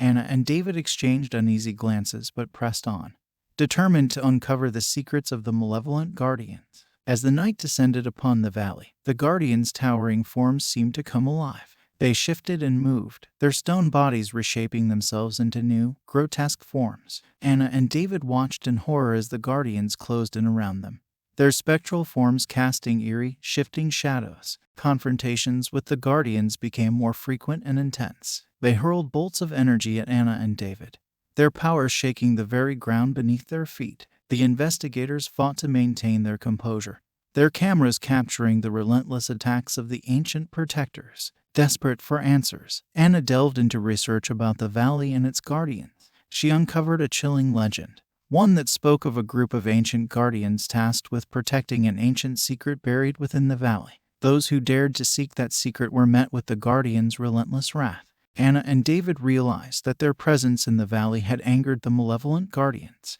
They had trespassed upon a sacred place and disrupted the guardians' watchful vigil. The ancient protectors were determined to drive them away, no matter the cost. In a daring bid to unlock the secrets of the valley, Anna and David conducted a ritual at the heart of the haunted camping site, attempting to communicate with the guardians. They spoke the ancient language of the valley, invoking the spirits of the guardians and asking for their guidance. The valley responded with a sudden, overwhelming surge of power. The guardians' spectral forms descended upon them, their massive figures casting dark shadows over Anna and David. The investigators were enveloped in a storm of energy, their senses overwhelmed by the ancient power of the guardians.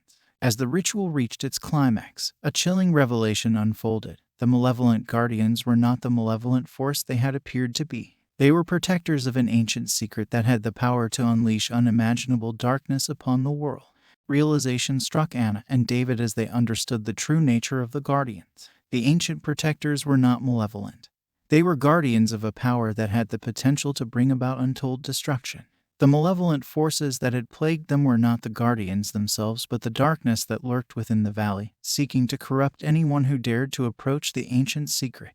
With newfound clarity, Anna and David concluded the ritual, appeasing the guardians and promising to leave the valley in peace. The storm of energy subsided, and the towering figures of the guardians returned to their silent vigil. As the investigators made their way out of the haunted camping site, forever changed by their ordeal, they knew that meddling with ancient forces could have dire consequences. The malevolent guardians of the desolate valley would forever remain protectors of an ancient secret, a testament to the preservation of knowledge that could bring both enlightenment and destruction.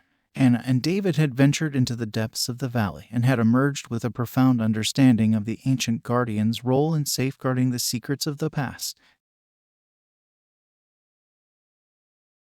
Beside the mysterious and stagnant lake, hidden in the depths of a haunted camping site, Sarah had sought solitude and inspiration. She was a writer in search of her next great story, but what she found would plunge her into a world of darkness and torment.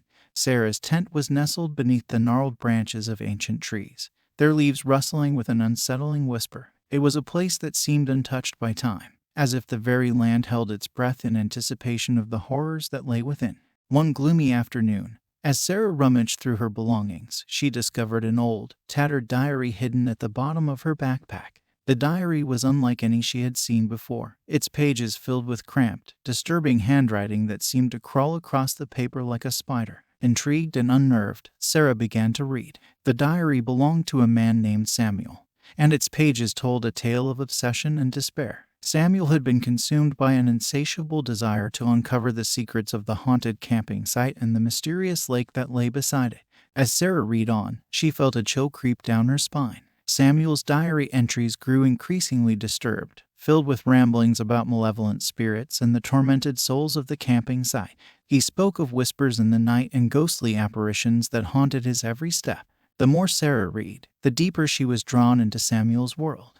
It was as if the diary had a life of its own, its words seeping into her very being. She could feel the presence of Samuel's tormented spirit, a malevolent force that seemed to hover over her like a shadow. As night fell over the haunted camping site, Sarah's tent became a haven for the restless spirit. She could hear faint whispers in the darkness, the same whispers that Samuel had described in his diary. Ghostly apparitions began to manifest, their pale forms moving through the shadows. Terrified and unable to escape the haunting presence, Sarah knew that she had to uncover the truth about Samuel's fate. She continued to read the diary, following the twisted path of his obsession deeper into the darkness. In the diary, Samuel had written of a hidden cave beneath the lake, a place where he believed the source of the haunting lay. He had become consumed by the need to uncover its secrets, convinced that it held the key to the spirits that tormented him. Driven by a desperate determination, Sarah ventured to the edge of the lake, where the stagnant waters seemed to hold the secrets of centuries. Armed with a flashlight and a sense of dread, she waded into the murky depths, guided by the directions in Samuel's diary. The cave was as dark and foreboding as she had imagined, its entrance shrouded in shadows. As Sarah entered, the air grew heavy with the weight of the past, and the walls seemed to close in around her. She could hear faint whispers echoing through the cave, the same whispers that had haunted Samuel. Deeper into the cave she went, her heart pounding with each step. The walls were covered in cryptic symbols, and the floor was littered with bones. It was a place of death and darkness, and Sarah could feel the malevolent spirit drawing closer. In the heart of the cave, Sarah made a shocking discovery, an ancient, ornate chest hidden beneath a pile of bones. It was covered in strange markings, and when she opened it, she found a collection of diaries identical to Samuel's, each one filled with the tormented writings of those who had come before him. As she read through the diaries, a chilling revelation unfolded. The cursed diary had been passed down through generations, each writer becoming consumed by the obsession that had plagued Samuel. The malevolent spirit, bound to the diary, had lured them to their doom. Sarah realized that she was trapped in a never-ending cycle of torment, just like those who had come before her. The diary had ensnared her, and the malevolent spirit was drawing closer, ready to claim her soul. Desperate to break the curse, Sarah wrote her own entry in the diary, begging for release from the torment that had consumed her. She pleaded with the malevolent spirit to spare her and to break free from the endless cycle of suffering. As she finished writing, a sense of dread washed over her, and she felt the presence of the malevolent spirit drawing closer. It was as if the very air around her had thickened with darkness. But then, in a moment of haunting silence, the spirit seemed to hesitate. Sarah watched in awe as the diary's pages began to turn on their own, the words of the malevolent spirit vanishing into thin air. The curse was broken, and the spirit was free. As Sarah emerged from the cave, forever changed by her ordeal, she knew that the power of written words could bridge the gap between the living and the dead. The haunted camping site beside the mysterious lake would forever remain a place of darkness and torment, a testament to the consequences of obsession with the past. Sarah had ventured into the depths of the cursed diary and had emerged with a profound understanding of the malevolent guardians that lurked within its pages. The haunting howl. The forest was not a place for the faint of heart, especially not at night. The moon hung in the sky like a pale lantern, casting eerie shadows that danced among the towering trees. Sarah, a fearless outdoorswoman with a troubled past, found herself deep within this remote and unsettling forest. She had come here to confront her fears, but what awaited her in the darkness was beyond anything she could have imagined. Sarah was no stranger to the wilderness. Her life had been a constant struggle, filled with trials and tribulations. Camping alone in this forsaken forest was her way of proving to herself that she could conquer anything, even the darkest corners of her mind. Armed with a lantern, she ventured further into the heart of the forest, determined to find the strength she had lost. As Sarah moved through the underbrush, she stumbled upon an old, weathered diary. Its pages were brittle, and the ink had faded with time. Curiosity getting the better of her, she opened it to a random page and began to read. May 17, 1893, the diary's entry began. The haunting howl in these woods continues to torment my dreams. It is the sound of anguish, a cry for release from an eternity of suffering. I fear the spirit that dwells here. Sarah's heart raced as she read the cryptic words. It seemed that she was not the first to be haunted by the forest's eerie howl. She decided to push deeper into the woods, determined to uncover the source of the unsettling sound. The further she walked, the more the howling intensified. It was a chilling, mournful wail that seemed to seep into her very bones. Sarah could feel it in the pit of her stomach, a sense of dread that clung to her like a second skin. Then, as if conjured by the haunting melody, a figure emerged from the shadows. It was ghostly, ethereal, and seemed to be made of moonlight itself. The figure moved with an otherworldly grace, its eyes fixated on Sarah. She froze, unable to tear her gaze away. "Who are you?" Sarah finally managed to stammer, her voice trembling. The ghostly figure did not reply. Instead, it continued to approach, its presence sending shivers down her spine. Sarah's lantern flickered, casting eerie shadows that danced around the spectral form. As the figure drew nearer, Sarah could see a deep sadness in its eyes. It was a sadness that mirrored her own, a reflection of the pain and suffering that had haunted her for so long. "What do you want?" she demanded, her fear giving way to a fierce determination. The ghostly figure raised its hand and pointed into the distance, where the haunting howl seemed to echo from the very heart of the forest. Sarah understood. The figure wanted her to follow, to uncover the truth behind the haunting howl that echoed through the woods. With a resolute nod, she took a step forward, her lantern casting a dim, wavering light as she followed the ghostly presence deeper into the forest. The journey was treacherous, filled with thick underbrush and gnarled roots that threatened to trip her at every turn. The howling grew louder, filling the air with an unbearable sense of sorrow. It was as if the forest itself wept for the past. Finally, they reached a clearing, and in the center of it stood an ancient, gnarled tree. Its branches stretched out like skeletal arms, and in its hollow trunk, Sarah saw a faint, bluish light. It pulsed with an otherworldly energy, and the haunting howl seemed to emanate from it. The ghostly figure extended its hand toward the tree, its form flickering like a dying flame. Sarah could feel the presence's desperation, its need for release from the torment that bound it to this place. Without hesitation, she approached the tree and placed her hand on its bark. The moment her skin made contact, a rush of memories flooded her mind. She saw the figure in life, a tormented soul trapped in a tragic love story that had ended in betrayal and heartbreak. Tears filled Sarah's eyes as she realized the truth. The haunting howl was the cry of a soul in pain, a spirit bound to the tree by a love that had gone horribly wrong. It was a cry for release, for forgiveness. With a trembling voice, Sarah spoke the words that the spirit had been longing to hear for over a century. "I forgive you," she whispered. The tree shuddered, and the bluish light pulsed brightly. The ghostly figure let out a final, mournful wail before dissipating into the night, finally finding the peace it had sought for so long. As the haunting howl faded away, the forest grew silent. The moon cast a soft, comforting light over the clearing, and Sarah felt a weight lift from her shoulders. The forest, once a place of fear, had become a place of healing. Sarah knew that her journey was far from over, but now she had the strength to face her own demons. The haunting howl had shown her that even in the darkest of places, there could be redemption and forgiveness. She left the forest that night with a renewed sense of purpose and a heart no longer burdened by the past. The campfire shadows the ancient forest stood as a sentinel of time, its dense, towering trees whispering secrets of centuries gone by. At the heart of this primordial wilderness lay an isolated campsite, a place where the boundaries between the known and the unknown blurred. Alex, an experienced camper with a love for adventure, had chosen this remote location for his latest excursion. He yearned to test his survival skills, to prove to himself that he could conquer the wild. With a backpack filled with essentials, he ventured deep into the forest, far from the conveniences of civilization. As the sun dipped below the horizon, Alex reached the heart of the forest, where his campsite awaited. Setting up his tent and gathering firewood, he was filled with a sense of exhilaration.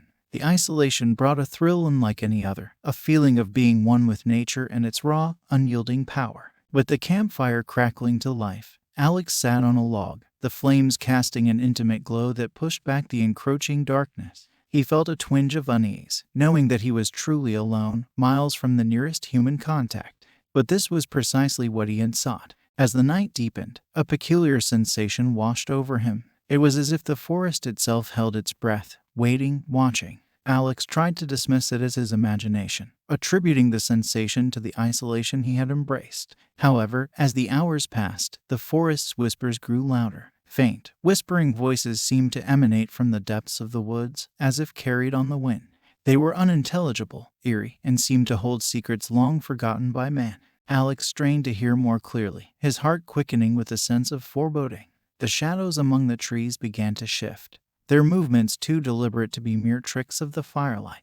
They gathered on the fringes of his vision, indistinct and formless, yet undeniably present. The campfire's flames flickered and danced, casting grotesque silhouettes upon the trees. Alex's paranoia grew, and he couldn't shake the feeling that the shadows had a malevolent intent. "What do you want?" he called out into the dark, his voice quivering. The whispering voices grew more insistent, their tones taking on an unsettling, chant-like quality. Alex's hands trembled as he clutched a stick, ready to defend himself if necessary. The shadows seemed to respond to his fear, closing in on the campsite. They twisted and swirled, their movement almost hypnotic. He could no longer deny that they were not mere figments of his imagination. They were something else, something otherworldly. With the firelight waning, Alex made a fateful decision. He would confront these shadowy intruders. Gathering his courage, he stepped away from the campfire and moved toward the darkness, where the shadows congregated. The forest seemed to come alive with an ominous energy. As Alex advanced, the shadows retreated, but he could hear their whispering voices growing louder, more urgent. It was as if they were trying to lead him deeper into the forest, into their domain.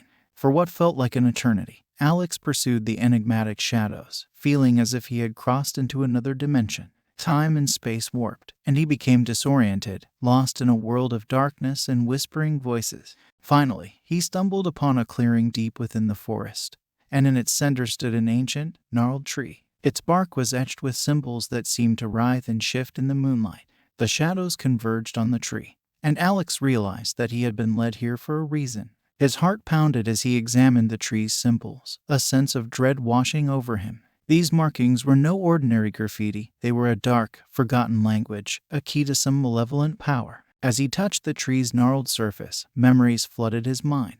He saw the forest as it had been centuries ago, a place of ancient rites and offerings to appease a dark entity that dwelled within the tree. The shadows were its servants, and the forest had been tainted by their presence. Alex knew that he had stumbled upon a dark secret, a presence that had waited centuries to be set free. The forest had lured him here, playing on his desire for adventure and isolation. In that moment, the tree's symbols pulsed with an unholy light, and the shadows surged forward, engulfing Alex. Their whispering voices became a cacophony of eerie chants, drowning out his screams. As the shadows consumed him, the forest grew silent once more, as if the ancient trees and the dark entity within the gnarled tree had finally found release. The campfire's embers smoldered, the flames extinguished, leaving nothing behind but a shroud of darkness. The ancient forest had reclaimed its secrets, and Alex had become one with the campfire shadows, forever lost to the wilderness. The isolation and the vulnerability of man in the wilderness had played their part in a sinister game, and the fear of the unknown had claimed another victim. In the heart of the ancient forest, the whispering voices continued their eerie chants, a chilling reminder of the darkness that dwelled within, waiting for the next unsuspecting traveler to venture into its realm. The midnight visitor. The full moon hung low in the sky, casting an eerie, silvery glow upon the desolate campground. Emily, a young woman haunted by troubles that seemed to follow her like shadows, had sought solace in the remote wilderness. She hoped that the isolation would provide the escape she so desperately craved. The campground was nestled in a valley, surrounded by dense woods that seemed to breathe with a sinister life of their own. It was the perfect place to disconnect from the world, or so Emily had thought. As night fell and the moon ascended, she found herself alone in the quiet of the wilderness. She had arrived at the campground earlier in the day, setting up her small, weathered tent. The only source of light was the pale moon, and the only sounds were the whispers of the wind and the occasional rustling of leaves. It was a serene and isolated setting, precisely what Emily had desired. As she lay in her tent, listening to the symphony of the night, she tried to put her troubles behind her. The past had been a relentless tormentor, and she had come here seeking respite from the memories that clung to her like a shroud. However, as the clock struck midnight, the tranquil atmosphere of the campground shifted. Emily felt an inexplicable unease, a feeling that she was no longer alone. It was as if the very air had thickened with a malevolent presence. A sudden chill swept through the tent, causing Emily to shiver. She pulled the sleeping bag tight around her, trying to convince herself that it was merely a product of her overactive imagination. Yet, the sensation of being watched persisted. Just as the unease began to fade, a whisper pierced the silence. It was faint, almost inaudible, but the words were clear. "Emily, you cannot escape," the voice murmured, sending a shiver down her spine. She held her breath, her heart pounding in her chest. There was no denying it. Someone, or something, was in her tent with her. Panic threatened to overwhelm her, but she had to see who or what had invaded her solitude. Summoning her courage, she unzipped the sleeping bag and slowly emerged from the tent. The campground was bathed in the silver light of the full moon, revealing the eerie stillness that enveloped her. Nothing seemed out of the ordinary, but Emily knew what she had heard. She couldn't ignore the presence any longer. She began to search the perimeter of the campground, her flashlight cutting through the darkness like a beacon. But no one was there. The woods were silent, their depths hidden in the obsidian shadows. It was as if the voice had never been there, and Emily began to question her own sanity. Resigned, she returned to her tent, determined to put the bizarre encounter behind her. She hoped that sleep would provide the escape she sought. But as the hours ticked away, her exhaustion gave way to a different kind of dread. Just as the clock struck midnight once more, the voice returned, colder and more insistent. "Emily, you cannot escape," it repeated, the words echoing through the tent like a chilling refrain. Emily felt a presence in the room, an unseen entity that lingered just out of reach. The air grew heavy, and the temperature plummeted, the cold seeping into her bones. She knew that the midnight visitor was real, and it was not bound by the laws of the living. Each night, the visitor returned, and with each visitation, Emily's fear intensified. The voice grew more sinister, its words carrying the weight of something ancient and malevolent. It knew her past, and it wanted her to remember. As the nights passed, Emily's body bore the marks of the visitor's torment. Bruises and scratches marred her skin, and she could no longer deny the reality of the situation. She was being visited by a vengeful spirit, one that seemed intent on forcing her to confront the darkness that had haunted her for so long. Desperate for answers, Emily began to research the history of the campground. It didn't take long to uncover the grim truth. The very land she had sought for refuge had a dark history, a history of tragedy and suffering. The campground had once been a place of rituals, of offerings to appease a malevolent entity that dwelled in the surrounding woods. It was a place where the veil between the living and the dead was thin, and where the past had a way of bleeding into the present. Emily realized that she had unwittingly stepped into a world where the sins of the past had not been forgotten. The vengeful spirit that haunted her was a victim of those ancient rituals, a tormented soul bound to the land. Determined to break free from the midnight visitor's torment, Emily began to perform her own rituals, ones intended to appease the spirit and put it to rest. Each night, she whispered words of forgiveness and understanding, hoping that the spirit would find peace. Finally, on a moonlit night, the visitor's voice grew softer, the chill in the air dissipated, and the presence that had haunted her for so long faded away. The campground was silent once more, and Emily was left to contemplate the darkness of her past. The campground remained a desolate and eerie place, a reminder of the sins of the past and the consequences of seeking refuge in the wrong places. Emily had escaped the midnight visitor, but the scars, both physical and emotional, would stay with her for a lifetime. In the end, she had come to understand that true escape could only be found within herself, and that the haunting of her own past was a darkness that could not be outrun, no matter how deep into the wilderness she ventured. The Whispering Pines. Mark, an adventurous hiker with a yearning for the unknown, had embarked on a solo camping trip into the heart of a pitch-black forest. The moon, shrouded by thick clouds, provided no guidance as he ventured further into the wilderness. Tall, foreboding pine trees loomed overhead, casting a web of darkness that seemed to swallow the very air. He had chosen this remote location to escape the chaos of the world, to find solace among the ancient giants that stood sentinel over the forest. Mark relished the silence, the solitude, but he was about to discover that the silence held secrets that were far from comforting. As he set up his campsite, the air was heavy with an eerie stillness that seemed to seep into his very bones. The forest was silent, save for the occasional rustle of leaves, a sound that seemed to whisper ancient secrets to him. Mark, a man of determination, was undeterred by the oppressive atmosphere. He had always been drawn to the unknown, to places where few dared to tread. As night fell, he sat by the campfire, listening to the crackling flames and the soft murmur of the forest. But then, faint whispers began to emerge from the darkness. They were barely audible, like a soft breeze brushing against his ears, but the words were chilling. Come closer, they beckoned, and Mark could not resist the urge to follow their eerie call. With a flashlight in hand, he ventured into the inky blackness, guided by the whispered voices. The forest seemed to come alive, its towering trees closing in on him as if they were alive, their branches reaching out like skeletal fingers. The further he walked, the more the voices intensified, their words growing more insistent and sinister. They promised secrets, knowledge beyond his wildest dreams, and Mark felt compelled to uncover their mysteries.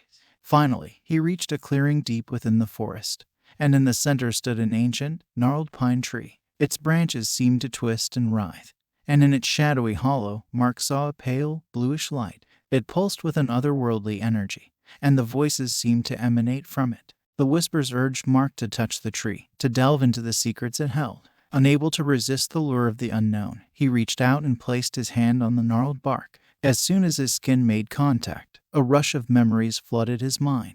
He saw the forest as it had been centuries ago, a place of ancient rituals and offerings to appease a dark entity that dwelled within the pine trees. The whispers were the voices of those who had fallen prey to the lure of the forest's way of seducing them into its darkness. With mounting horror, Mark realized that he had become ensnared in the same trap. The forest, with its whispered promises, had drawn him in, and he had become one with the eerie voices that had haunted him. As he pulled his hand away from the tree, the bluish light pulsated brighter, and the whispers grew louder and more frenzied. Mark's mind reeled, and he could feel the presence of the forest, a malevolent force that sought to claim his soul. He tried to flee, but the forest's grasp was unyielding. The trees seemed to close in on him, their branches entwining like serpents, their whispers growing into an overwhelming cacophony. Mark's sanity began to crumble, and he felt as though he was losing himself in the darkness. With a final, desperate cry, he begged the forest for release, for forgiveness. He had been ensnared by its seductive whispers, and now he was trapped in a world of eternal darkness. The bluish light dimmed, and the forest released its hold on Mark. He stumbled back from the gnarled tree, his mind filled with the memories of those who had come before him, the souls that had been claimed by the forest's darkness. As he made his way back to his campsite, the forest was silent once more. The whispering voices faded into the night. Mark had escaped the lure of the unknown, but the darkness had left its mark on him, a reminder of the fragility of the human spirit in the face of the unknown. The forest, with its towering pine trees and whispered secrets, would forever remain a place of quiet dread and paranoia, a reminder that sometimes the darkness within us is the most terrifying unknown of all. Mark had succumbed to the lure of the forest, but he had also learned a chilling lesson about the depths of the human psyche and the consequences of seeking answers in the darkest corners of existence. The vengeful spirits. James, a skeptic of all things supernatural, had long dismissed the tales of vengeful spirits that were said to haunt the isolated campsite nestled beside the murky, haunted lake. He prided himself on his rationality and had come to the campsite to prove that the legends were mere folklore, the product of overactive imaginations. The campsite was a place of seclusion, hidden deep within the woods. Tall trees surrounded the lake, their branches casting long, ghostly shadows upon the water. It was the perfect place for James to set up his camp and test his theory. As night fell and the moonlight bathed the lake in an eerie glow, he believed that he was in for a quiet, uneventful night. With a campfire crackling, James sat by the lake shore, the ripples of the water lapping gently at the shore. He gazed out at the lake, determined to debunk the claims of malevolent spirits that were said to haunt it. He had his camera ready, determined to capture any unexplained phenomena. The night was still and silent, and James felt a sense of unease creeping over him. He tried to dismiss it as a product of his own skepticism, but as the hours passed, his unease grew. He couldn't shake the feeling that he was being watched, that unseen eyes were fixed upon him. Just as he began to contemplate turning in for the night, a soft, mournful wail echoed across the lake. It was a sound that sent a shiver down his spine, a sound that seemed to carry a deep sense of longing and despair. He turned his camera toward the lake, determined to capture the source of the chilling sound. It was then that he saw them, ghostly figures, their forms ethereal and translucent, gliding silently across the water's surface. The apparitions were pale and haunting, their eyes fixed on James. His heart pounded as he watched the spectral figures draw nearer. He could see the sadness in their eyes, a sadness that seemed to mirror his own growing unease. He knew that he couldn't explain what he was witnessing with his rational mind, and for the first time, he questioned his skepticism. The ghostly figures approached the shore, their movements graceful and otherworldly. They seemed to reach out to him, their hands passing through the air as if in search of something. James was paralyzed with fear, unable to look away from their haunting presence. As the apparitions faded back into the lake, James was left in a state of shock. The rational explanations he had relied upon no longer seemed to hold weight in the face of such inexplicable phenomena. He was left with a growing sense of dread, a sense that the lake held secrets that defied all reason. For the following nights, the ghostly figures returned, their presence becoming a nightly ritual. Each time, they drew nearer, their spectral forms becoming more distinct. James began to capture their images on his camera, but the more he learned about them, the more he realized the depth of their torment. The apparitions were the spirits of those who had met tragic ends in the lake, their lives cut short by accidents and misfortunes. They were bound to the lake, unable to move on to the afterlife, their unfinished business keeping them tethered to the mortal realm. As James delved deeper into the history of the campsite, he discovered a chilling revelation. The lake had a dark past, a history of secrets and tragedies that had been buried beneath the surface. It was a place where the living had ignored the warnings of the past, a place where the spirits sought to exact their vengeance. James realized that he had become an unwitting intruder in the spirits' realm, and his skepticism had only fueled their determination to make their presence known. He began to feel their anguish, their sadness, and their anger. The spirits wanted him to acknowledge their existence, to bear witness to their pain. Determined to understand their plight, James conducted a series of rituals, hoping to appease the vengeful spirits and help them find peace. Each night, he whispered words of acknowledgement and forgiveness, offering them the release they so desperately sought. Finally, on a moonlit night, the spirits began to fade away, their apparitions growing fainter until they were nothing but distant memories. The lake, once haunted by their presence, grew silent, its surface undisturbed. James had witnessed the supernatural and come to understand that skepticism could not always explain the inexplicable. The campsite remained a place of eerie legends and a chilling reminder of the consequences of ignoring the warnings of the past. In the end, James had learned that the spirits of the lake were real, and that their presence served as a powerful reminder that the boundaries between the living and the dead were sometimes thinner than one could ever imagine. The lake held secrets that defied the rational mind, and the vengeful spirits had taught James a lesson he would never forget. The curse of the lone camper. Rachel, a determined and headstrong camper, had always been one to defy warnings and embrace the unknown. She was drawn to the idea of conquering the untouched wilderness, of challenging the very fabric of the supernatural. So, when she heard whispers of a cursed and shadowy campsite hidden in a forsaken valley, her curiosity was piqued, and she felt an irresistible pull to explore it.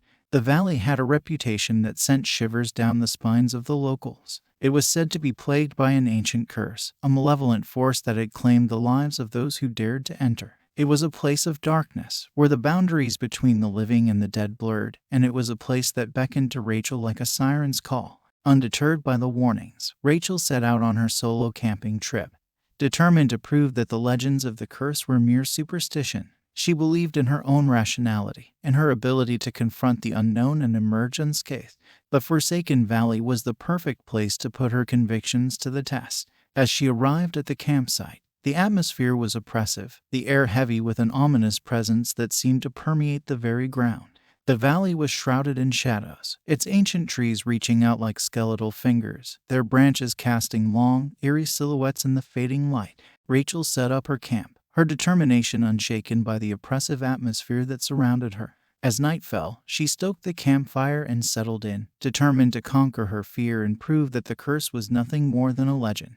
However, as the moon ascended into the sky, the campsite seemed to come alive with a sinister energy. Rachel felt a presence, a malevolent force that seemed to have waited for her arrival. It was as if the valley itself had been stirred by her recklessness. Just as she began to doubt the wisdom of her decision, Rachel heard a soft, eerie whisper carried on the wind. It was a voice that seemed to emanate from the very shadows, a voice that sent chills down her spine. "You should not be here," it murmured, its words laced with a dark, ancient power. Rachel's heart raced as she looked around, trying to locate the source of the whisper. But there was no one in sight, and the valley remained silent and still. She felt as though she had stumbled into a realm where the supernatural was very real, a realm where the curse held sway. As the night deepened, Rachel's unease grew. She could hear faint, ghostly laughter in the distance, as if the valley was mocking her recklessness. She saw shadowy figures moving at the fringes of her vision, their forms indistinct and foreboding. The apparitions drew closer, their movements graceful and eerie. They were spectral and translucent, their eyes fixed on Rachel with a hunger that sent a shiver down her spine. She had never believed in ghosts, but now they seemed to surround her, their presence undeniable. Each night, the apparitions drew nearer, their voices filled with a haunting lament. They whispered of the curse, of the darkness that had claimed their souls, and they urged Rachel to leave the valley before it was too late. But she was determined to confront the supernatural and prove that the curse held no power over her. As she explored the campsite during the day, Rachel discovered an old journal hidden beneath a pile of rotting leaves. It was a journal that detailed the curse, a curse that had plagued the valley for centuries. It told of a vengeful spirit, a spirit wronged in life and seeking retribution in death. Rachel's heart sank as she read the journal, realizing that the curse was no mere legend. It was a malevolent force, a force that had claimed countless lives and was now fixated on her. She had become entangled in a supernatural web, a web that seemed impossible to escape. As the nights passed, the curse's grip on Rachel grew stronger. The apparitions drew nearer, their spectral hands reaching out to touch her, to pull her into the darkness. She could feel the malevolent force encroaching on her very soul, and she knew that she was running out of time. Finally, on a moonlit night, the curse revealed its origins. The vengeful spirit, wronged in life by those who had taken her land, had become a malevolent force, determined to exact her revenge on any who dared to enter the valley. Rachel had unwittingly become the target of the spirit's anger, and the curse was determined to claim her soul. As the curse tightened its grip, Rachel realized that she had been reckless in the face of supernatural warnings. She had ignored the wisdom of those who had come before her and now faced the consequences of her arrogance. The valley was a place of darkness and despair, and Rachel had become its prisoner. In the end, she had learned that some legends were more than mere superstition, that some curses were very real, and that the boundaries between the living and the dead were sometimes thinner than one could ever imagine. Rachel had become the latest victim of the curse, a chilling reminder of the consequences of ignoring the past. The forest's vengeance. Michael, an avid camper with a deep love for the great outdoors, had always sought solace in the wilderness. He believed in the healing power of nature, its beauty, and its ability to bring peace to the soul. But the sinister and twisted forest he ventured into on that fateful day was unlike any he had encountered before. This forest had an eerie, unnatural aura, a feeling of foreboding that seemed to seep from the very trees themselves. As Michael set up his campsite, he couldn't shake the unsettling sensation that the woods were watching him, that they held a deep and malevolent secret. The trees in this forest were different, twisted and gnarled, their branches reaching out like clawed fingers. They cast long, unnatural shadows that danced in the moonlight, and their leaves rustled with a sinister, almost mocking tone. Despite the ominous atmosphere, Michael believed that the forest's reputation was overblown. He had heard tales of a vengeful spirit that sought retribution for the destruction wrought by humans, but he dismissed them as mere folklore. He believed that the forest was simply a victim of superstition, and he was determined to prove it. As the night descended and the moon cast an eerie pallor over the forest, Michael settled by his campfire, confident that he would spend the night undisturbed. But the forest had other plans. The very ground beneath him seemed to tremble, and a chilling wind rustled through the trees. Michael heard whispers carried on the breeze, whispers that seemed to emanate from the very heart of the forest. "You should not have come," they murmured, a voice filled with anger and sorrow. Michael's heart quickened as he looked around, trying to locate the source of the whispers, but there was no one in sight, and the forest remained still and silent. It was as if the woods themselves were speaking to him, a voice of warning that he had chosen to ignore. As the night deepened, the forest seemed to come alive with a malevolent energy. Strange, ethereal lights flickered among the trees, casting an eerie, shifting glow. The ground trembled beneath Michael's feet, and he felt as though the forest itself was moving, closing in on him. The atmosphere grew oppressive, the air thick with a palpable sense of foreboding. It was then that Michael saw the first manifestation of the forest's vengeful spirit. It appeared as a spectral figure, its form translucent and shimmering. The spirit's eyes were filled with anger, its presence suffused with an otherworldly power. The spirit drew nearer, its movements graceful and eerie. It seemed to reach out to Michael, its fingers brushing against his skin with a cold, unnatural touch. He tried to back away, but the spirit's grip was unyielding, its presence overpowering. The spirit whispered words of anger and sorrow, recounting the countless trees that had been felled, the animals displaced, and the land desecrated by human hands. It spoke of the forest's suffering, of the pain inflicted upon it, and the spirit's desire for revenge. Michael, his heart pounding with fear, realized that the vengeful spirit was real, that the tales of the forest's retribution were more than mere folklore. He had become trapped in a realm where the boundaries between the living and the supernatural blurred, and he was now the target of the forest's anger. As the nights passed, the forest's vengeance grew relentless. The vengeful spirit pursued Michael with an unwavering determination, its presence becoming a constant torment. He could hear the whispers of the forest, the cries of the spirits of the land, and he began to understand the depth of the pain he had caused. Michael delved into the history of the forest, searching for answers to the spirit's anger. He discovered a tragic backstory that shed light on the forest's suffering. The land had once been a place of untouched beauty, a sanctuary for both nature and animals. But it had been ravaged by human hands, its pristine beauty marred by deforestation and pollution. The forest's vengeful spirit was the embodiment of the land's pain, a force seeking retribution for the atrocities committed against it. It was a voice of the environment, a voice of the earth itself, seeking to punish those who had shown disrespect for nature. As the spirit's relentless pursuit continued, Michael knew that he could no longer dismiss the forest's warnings. He had ignored the environmental consequences of his actions, and now he was facing the consequences of his recklessness. Determined to make amends, he conducted a series of rituals, hoping to appease the vengeful spirit and find a way to undo the damage done to the forest. Each night, he whispered words of acknowledgement and forgiveness, offering the spirit the release it so desperately sought. Finally, on a moonlit night, the forest's vengeful spirit began to fade away, its presence growing fainter until it was nothing but a distant memory. The forest, once plagued by anger and sorrow, grew silent, its twisted trees standing like sentinels in the night. Michael had witnessed the supernatural and come to understand that the boundaries between the living and the environment were sometimes thinner than one could ever imagine.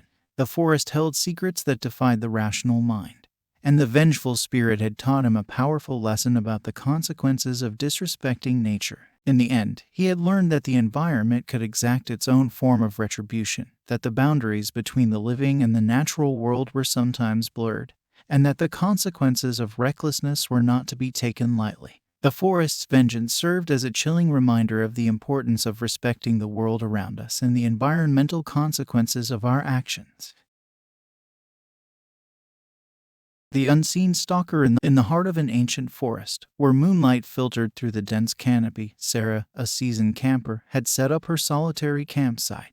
The forest, shrouded in mystery, had always held a special place in her heart. The sound of rustling leaves and the gentle hoots of night owls were a familiar lullaby to her, a song that had lulled her to sleep countless times. But on this fateful night, the forest's embrace felt different. It was not the soothing presence she had grown accustomed to. Instead, it held a promise of terror, a sense that she was not alone in the wilderness. As Sarah settled in for the night, the solitude of the forest seemed to close in around her. The darkness was punctuated by the pale glow of the moon, casting eerie shadows that danced among the trees. She felt a growing unease, a sense that she was being watched from the shadows. Sarah had always been fearless, but as the night deepened, her confidence began to waver. She tried to dismiss the feeling of being observed as mere paranoia, but it lingered like a shadow on her consciousness. It was as if unseen eyes were fixed on her, tracking her every move. She peered into the inky darkness, searching for any sign of the source of her unease, but the forest remained silent. The only sound was the soft, whispering wind, carrying with it a feeling of foreboding. As she settled by the campfire, the warmth did little to ease her growing unease. The crackling flames cast long, flickering shadows that seemed to reach out like spectral fingers. She tried to concentrate on the sound of the fire, to drown out the sense of being watched. But then, a small, unsettling noise broke the silence. It was a soft, almost imperceptible rustling, the sound of something moving in the underbrush. Sarah's heart quickened, and she trained her gaze on the dark expanse of the forest. She saw nothing, but the sense of an unseen presence grew stronger. The feeling of being watched was now a tangible weight on her shoulders, a force that seemed to invade her very soul.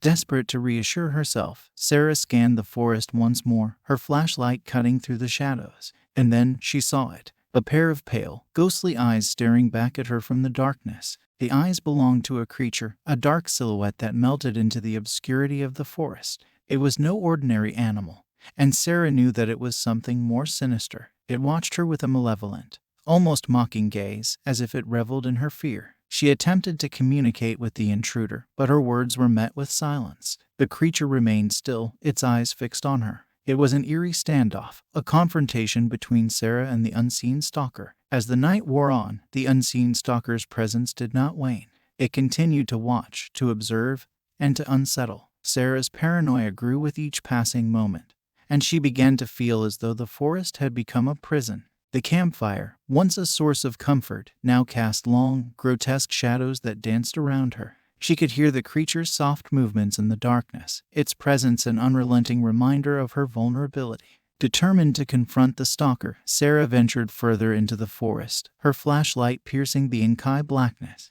But the unseen presence remained just beyond her reach, its eerie eyes following her every move. As dawn approached, Sarah was left with a growing sense of dread. The night had been a nightmarish ordeal, a relentless torment of being watched, of being invaded. She knew that she could not stay in the forest any longer, that the unseen stalker had claimed the solitude that was once hers. Desperate for answers, she conducted a thorough search of the forest, determined to uncover the stalker's identity. And then, hidden beneath a tangle of branches and leaves, she found it. A small, worn diary lay hidden in the underbrush, its pages filled with the ramblings of a deranged mind. It spoke of an obsession, an insatiable desire to watch, to observe, to invade the lives of others. It was the diary of the unseen stalker, a testament to its twisted desires. As Sarah read the diary, the horrifying truth became clear. The stalker had been a hermit, a recluse who had taken refuge in the forest to escape the chaos of the world. But the solitude had driven the hermit to madness, and he had become a twisted voyeur, a creature that found pleasure in invading the lives of others. The diary detailed Sarah's every move, her actions, her fears, and her growing sense of unease. It was a chilling record of her torment, a reminder that the unseen stalker had been watching her from the shadows. In the end, the forest's vengeance was not supernatural, but a very real and human one. The unseen stalker had invaded Sarah's privacy, had claimed her solitude as its own, and had left her with a chilling reminder of the consequences of trespassing on someone's peace. The forest remained an eerie, desolate place, but Sarah had learned a valuable lesson about the boundaries between solitude and invasion, about the consequences of disregarding someone's personal space. The unseen stalker's malevolent presence served as a stark reminder that even in the depths of the wilderness, one could never truly escape the reach of another.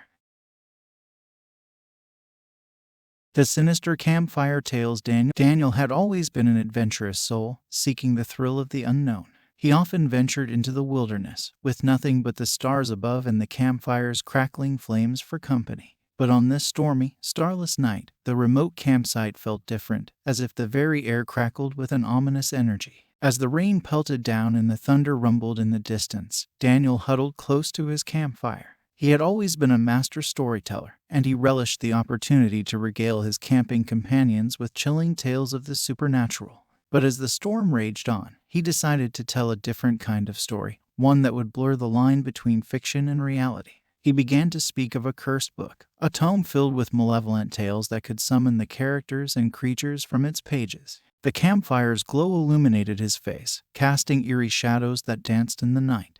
Daniel described the cursed book's pages, their words written in an ancient, incomprehensible script.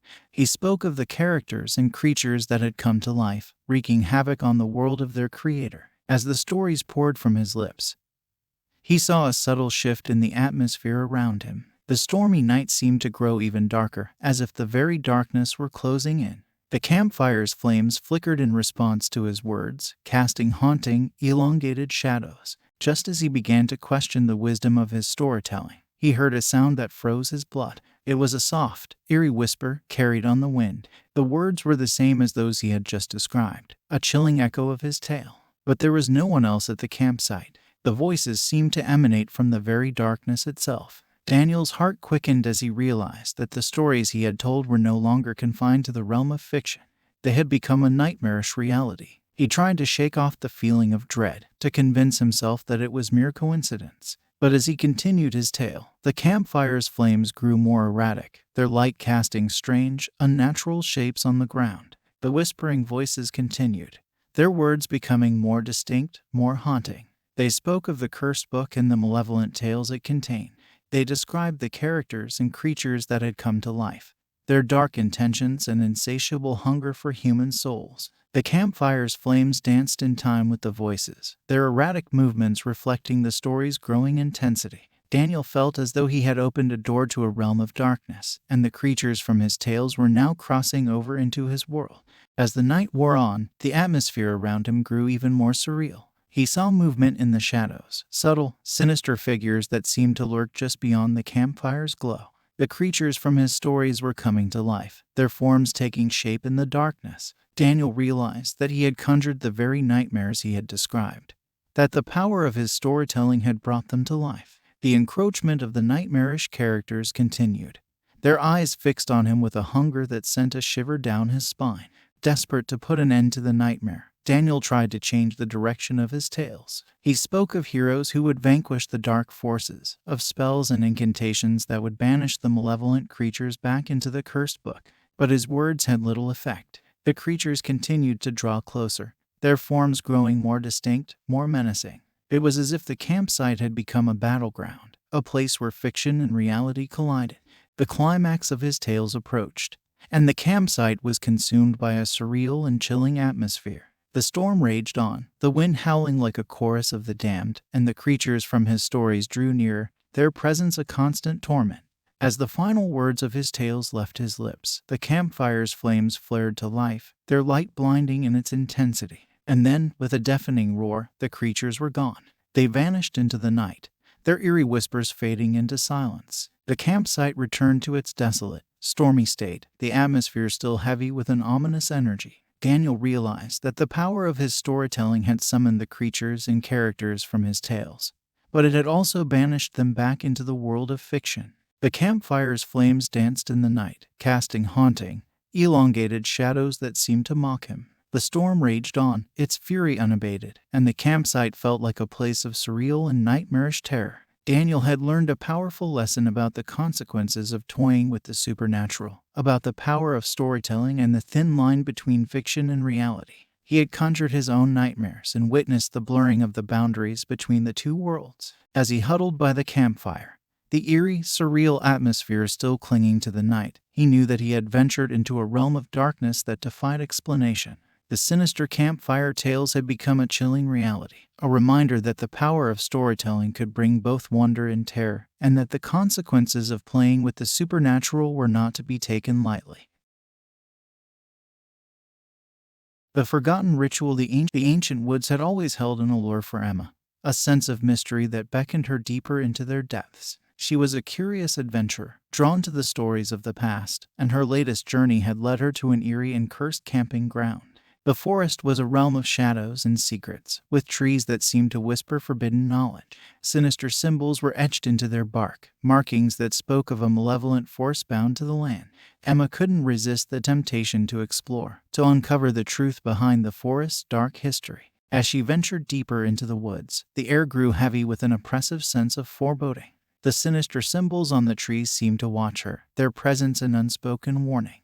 But Emma's curiosity was relentless, and she pressed on. It was beneath a canopy of twisted, gnarled trees that she made her discovery. A small, worn book lay hidden in the underbrush, its pages filled with cryptic incantations and descriptions of a forbidden ritual. The book was a testament to a dark and ancient knowledge, a knowledge that should have remained buried. Emma's curiosity got the better of her, and she couldn't resist the urge to perform the ritual. She recited the incantations, her voice trembling with a mixture of fear and fascination.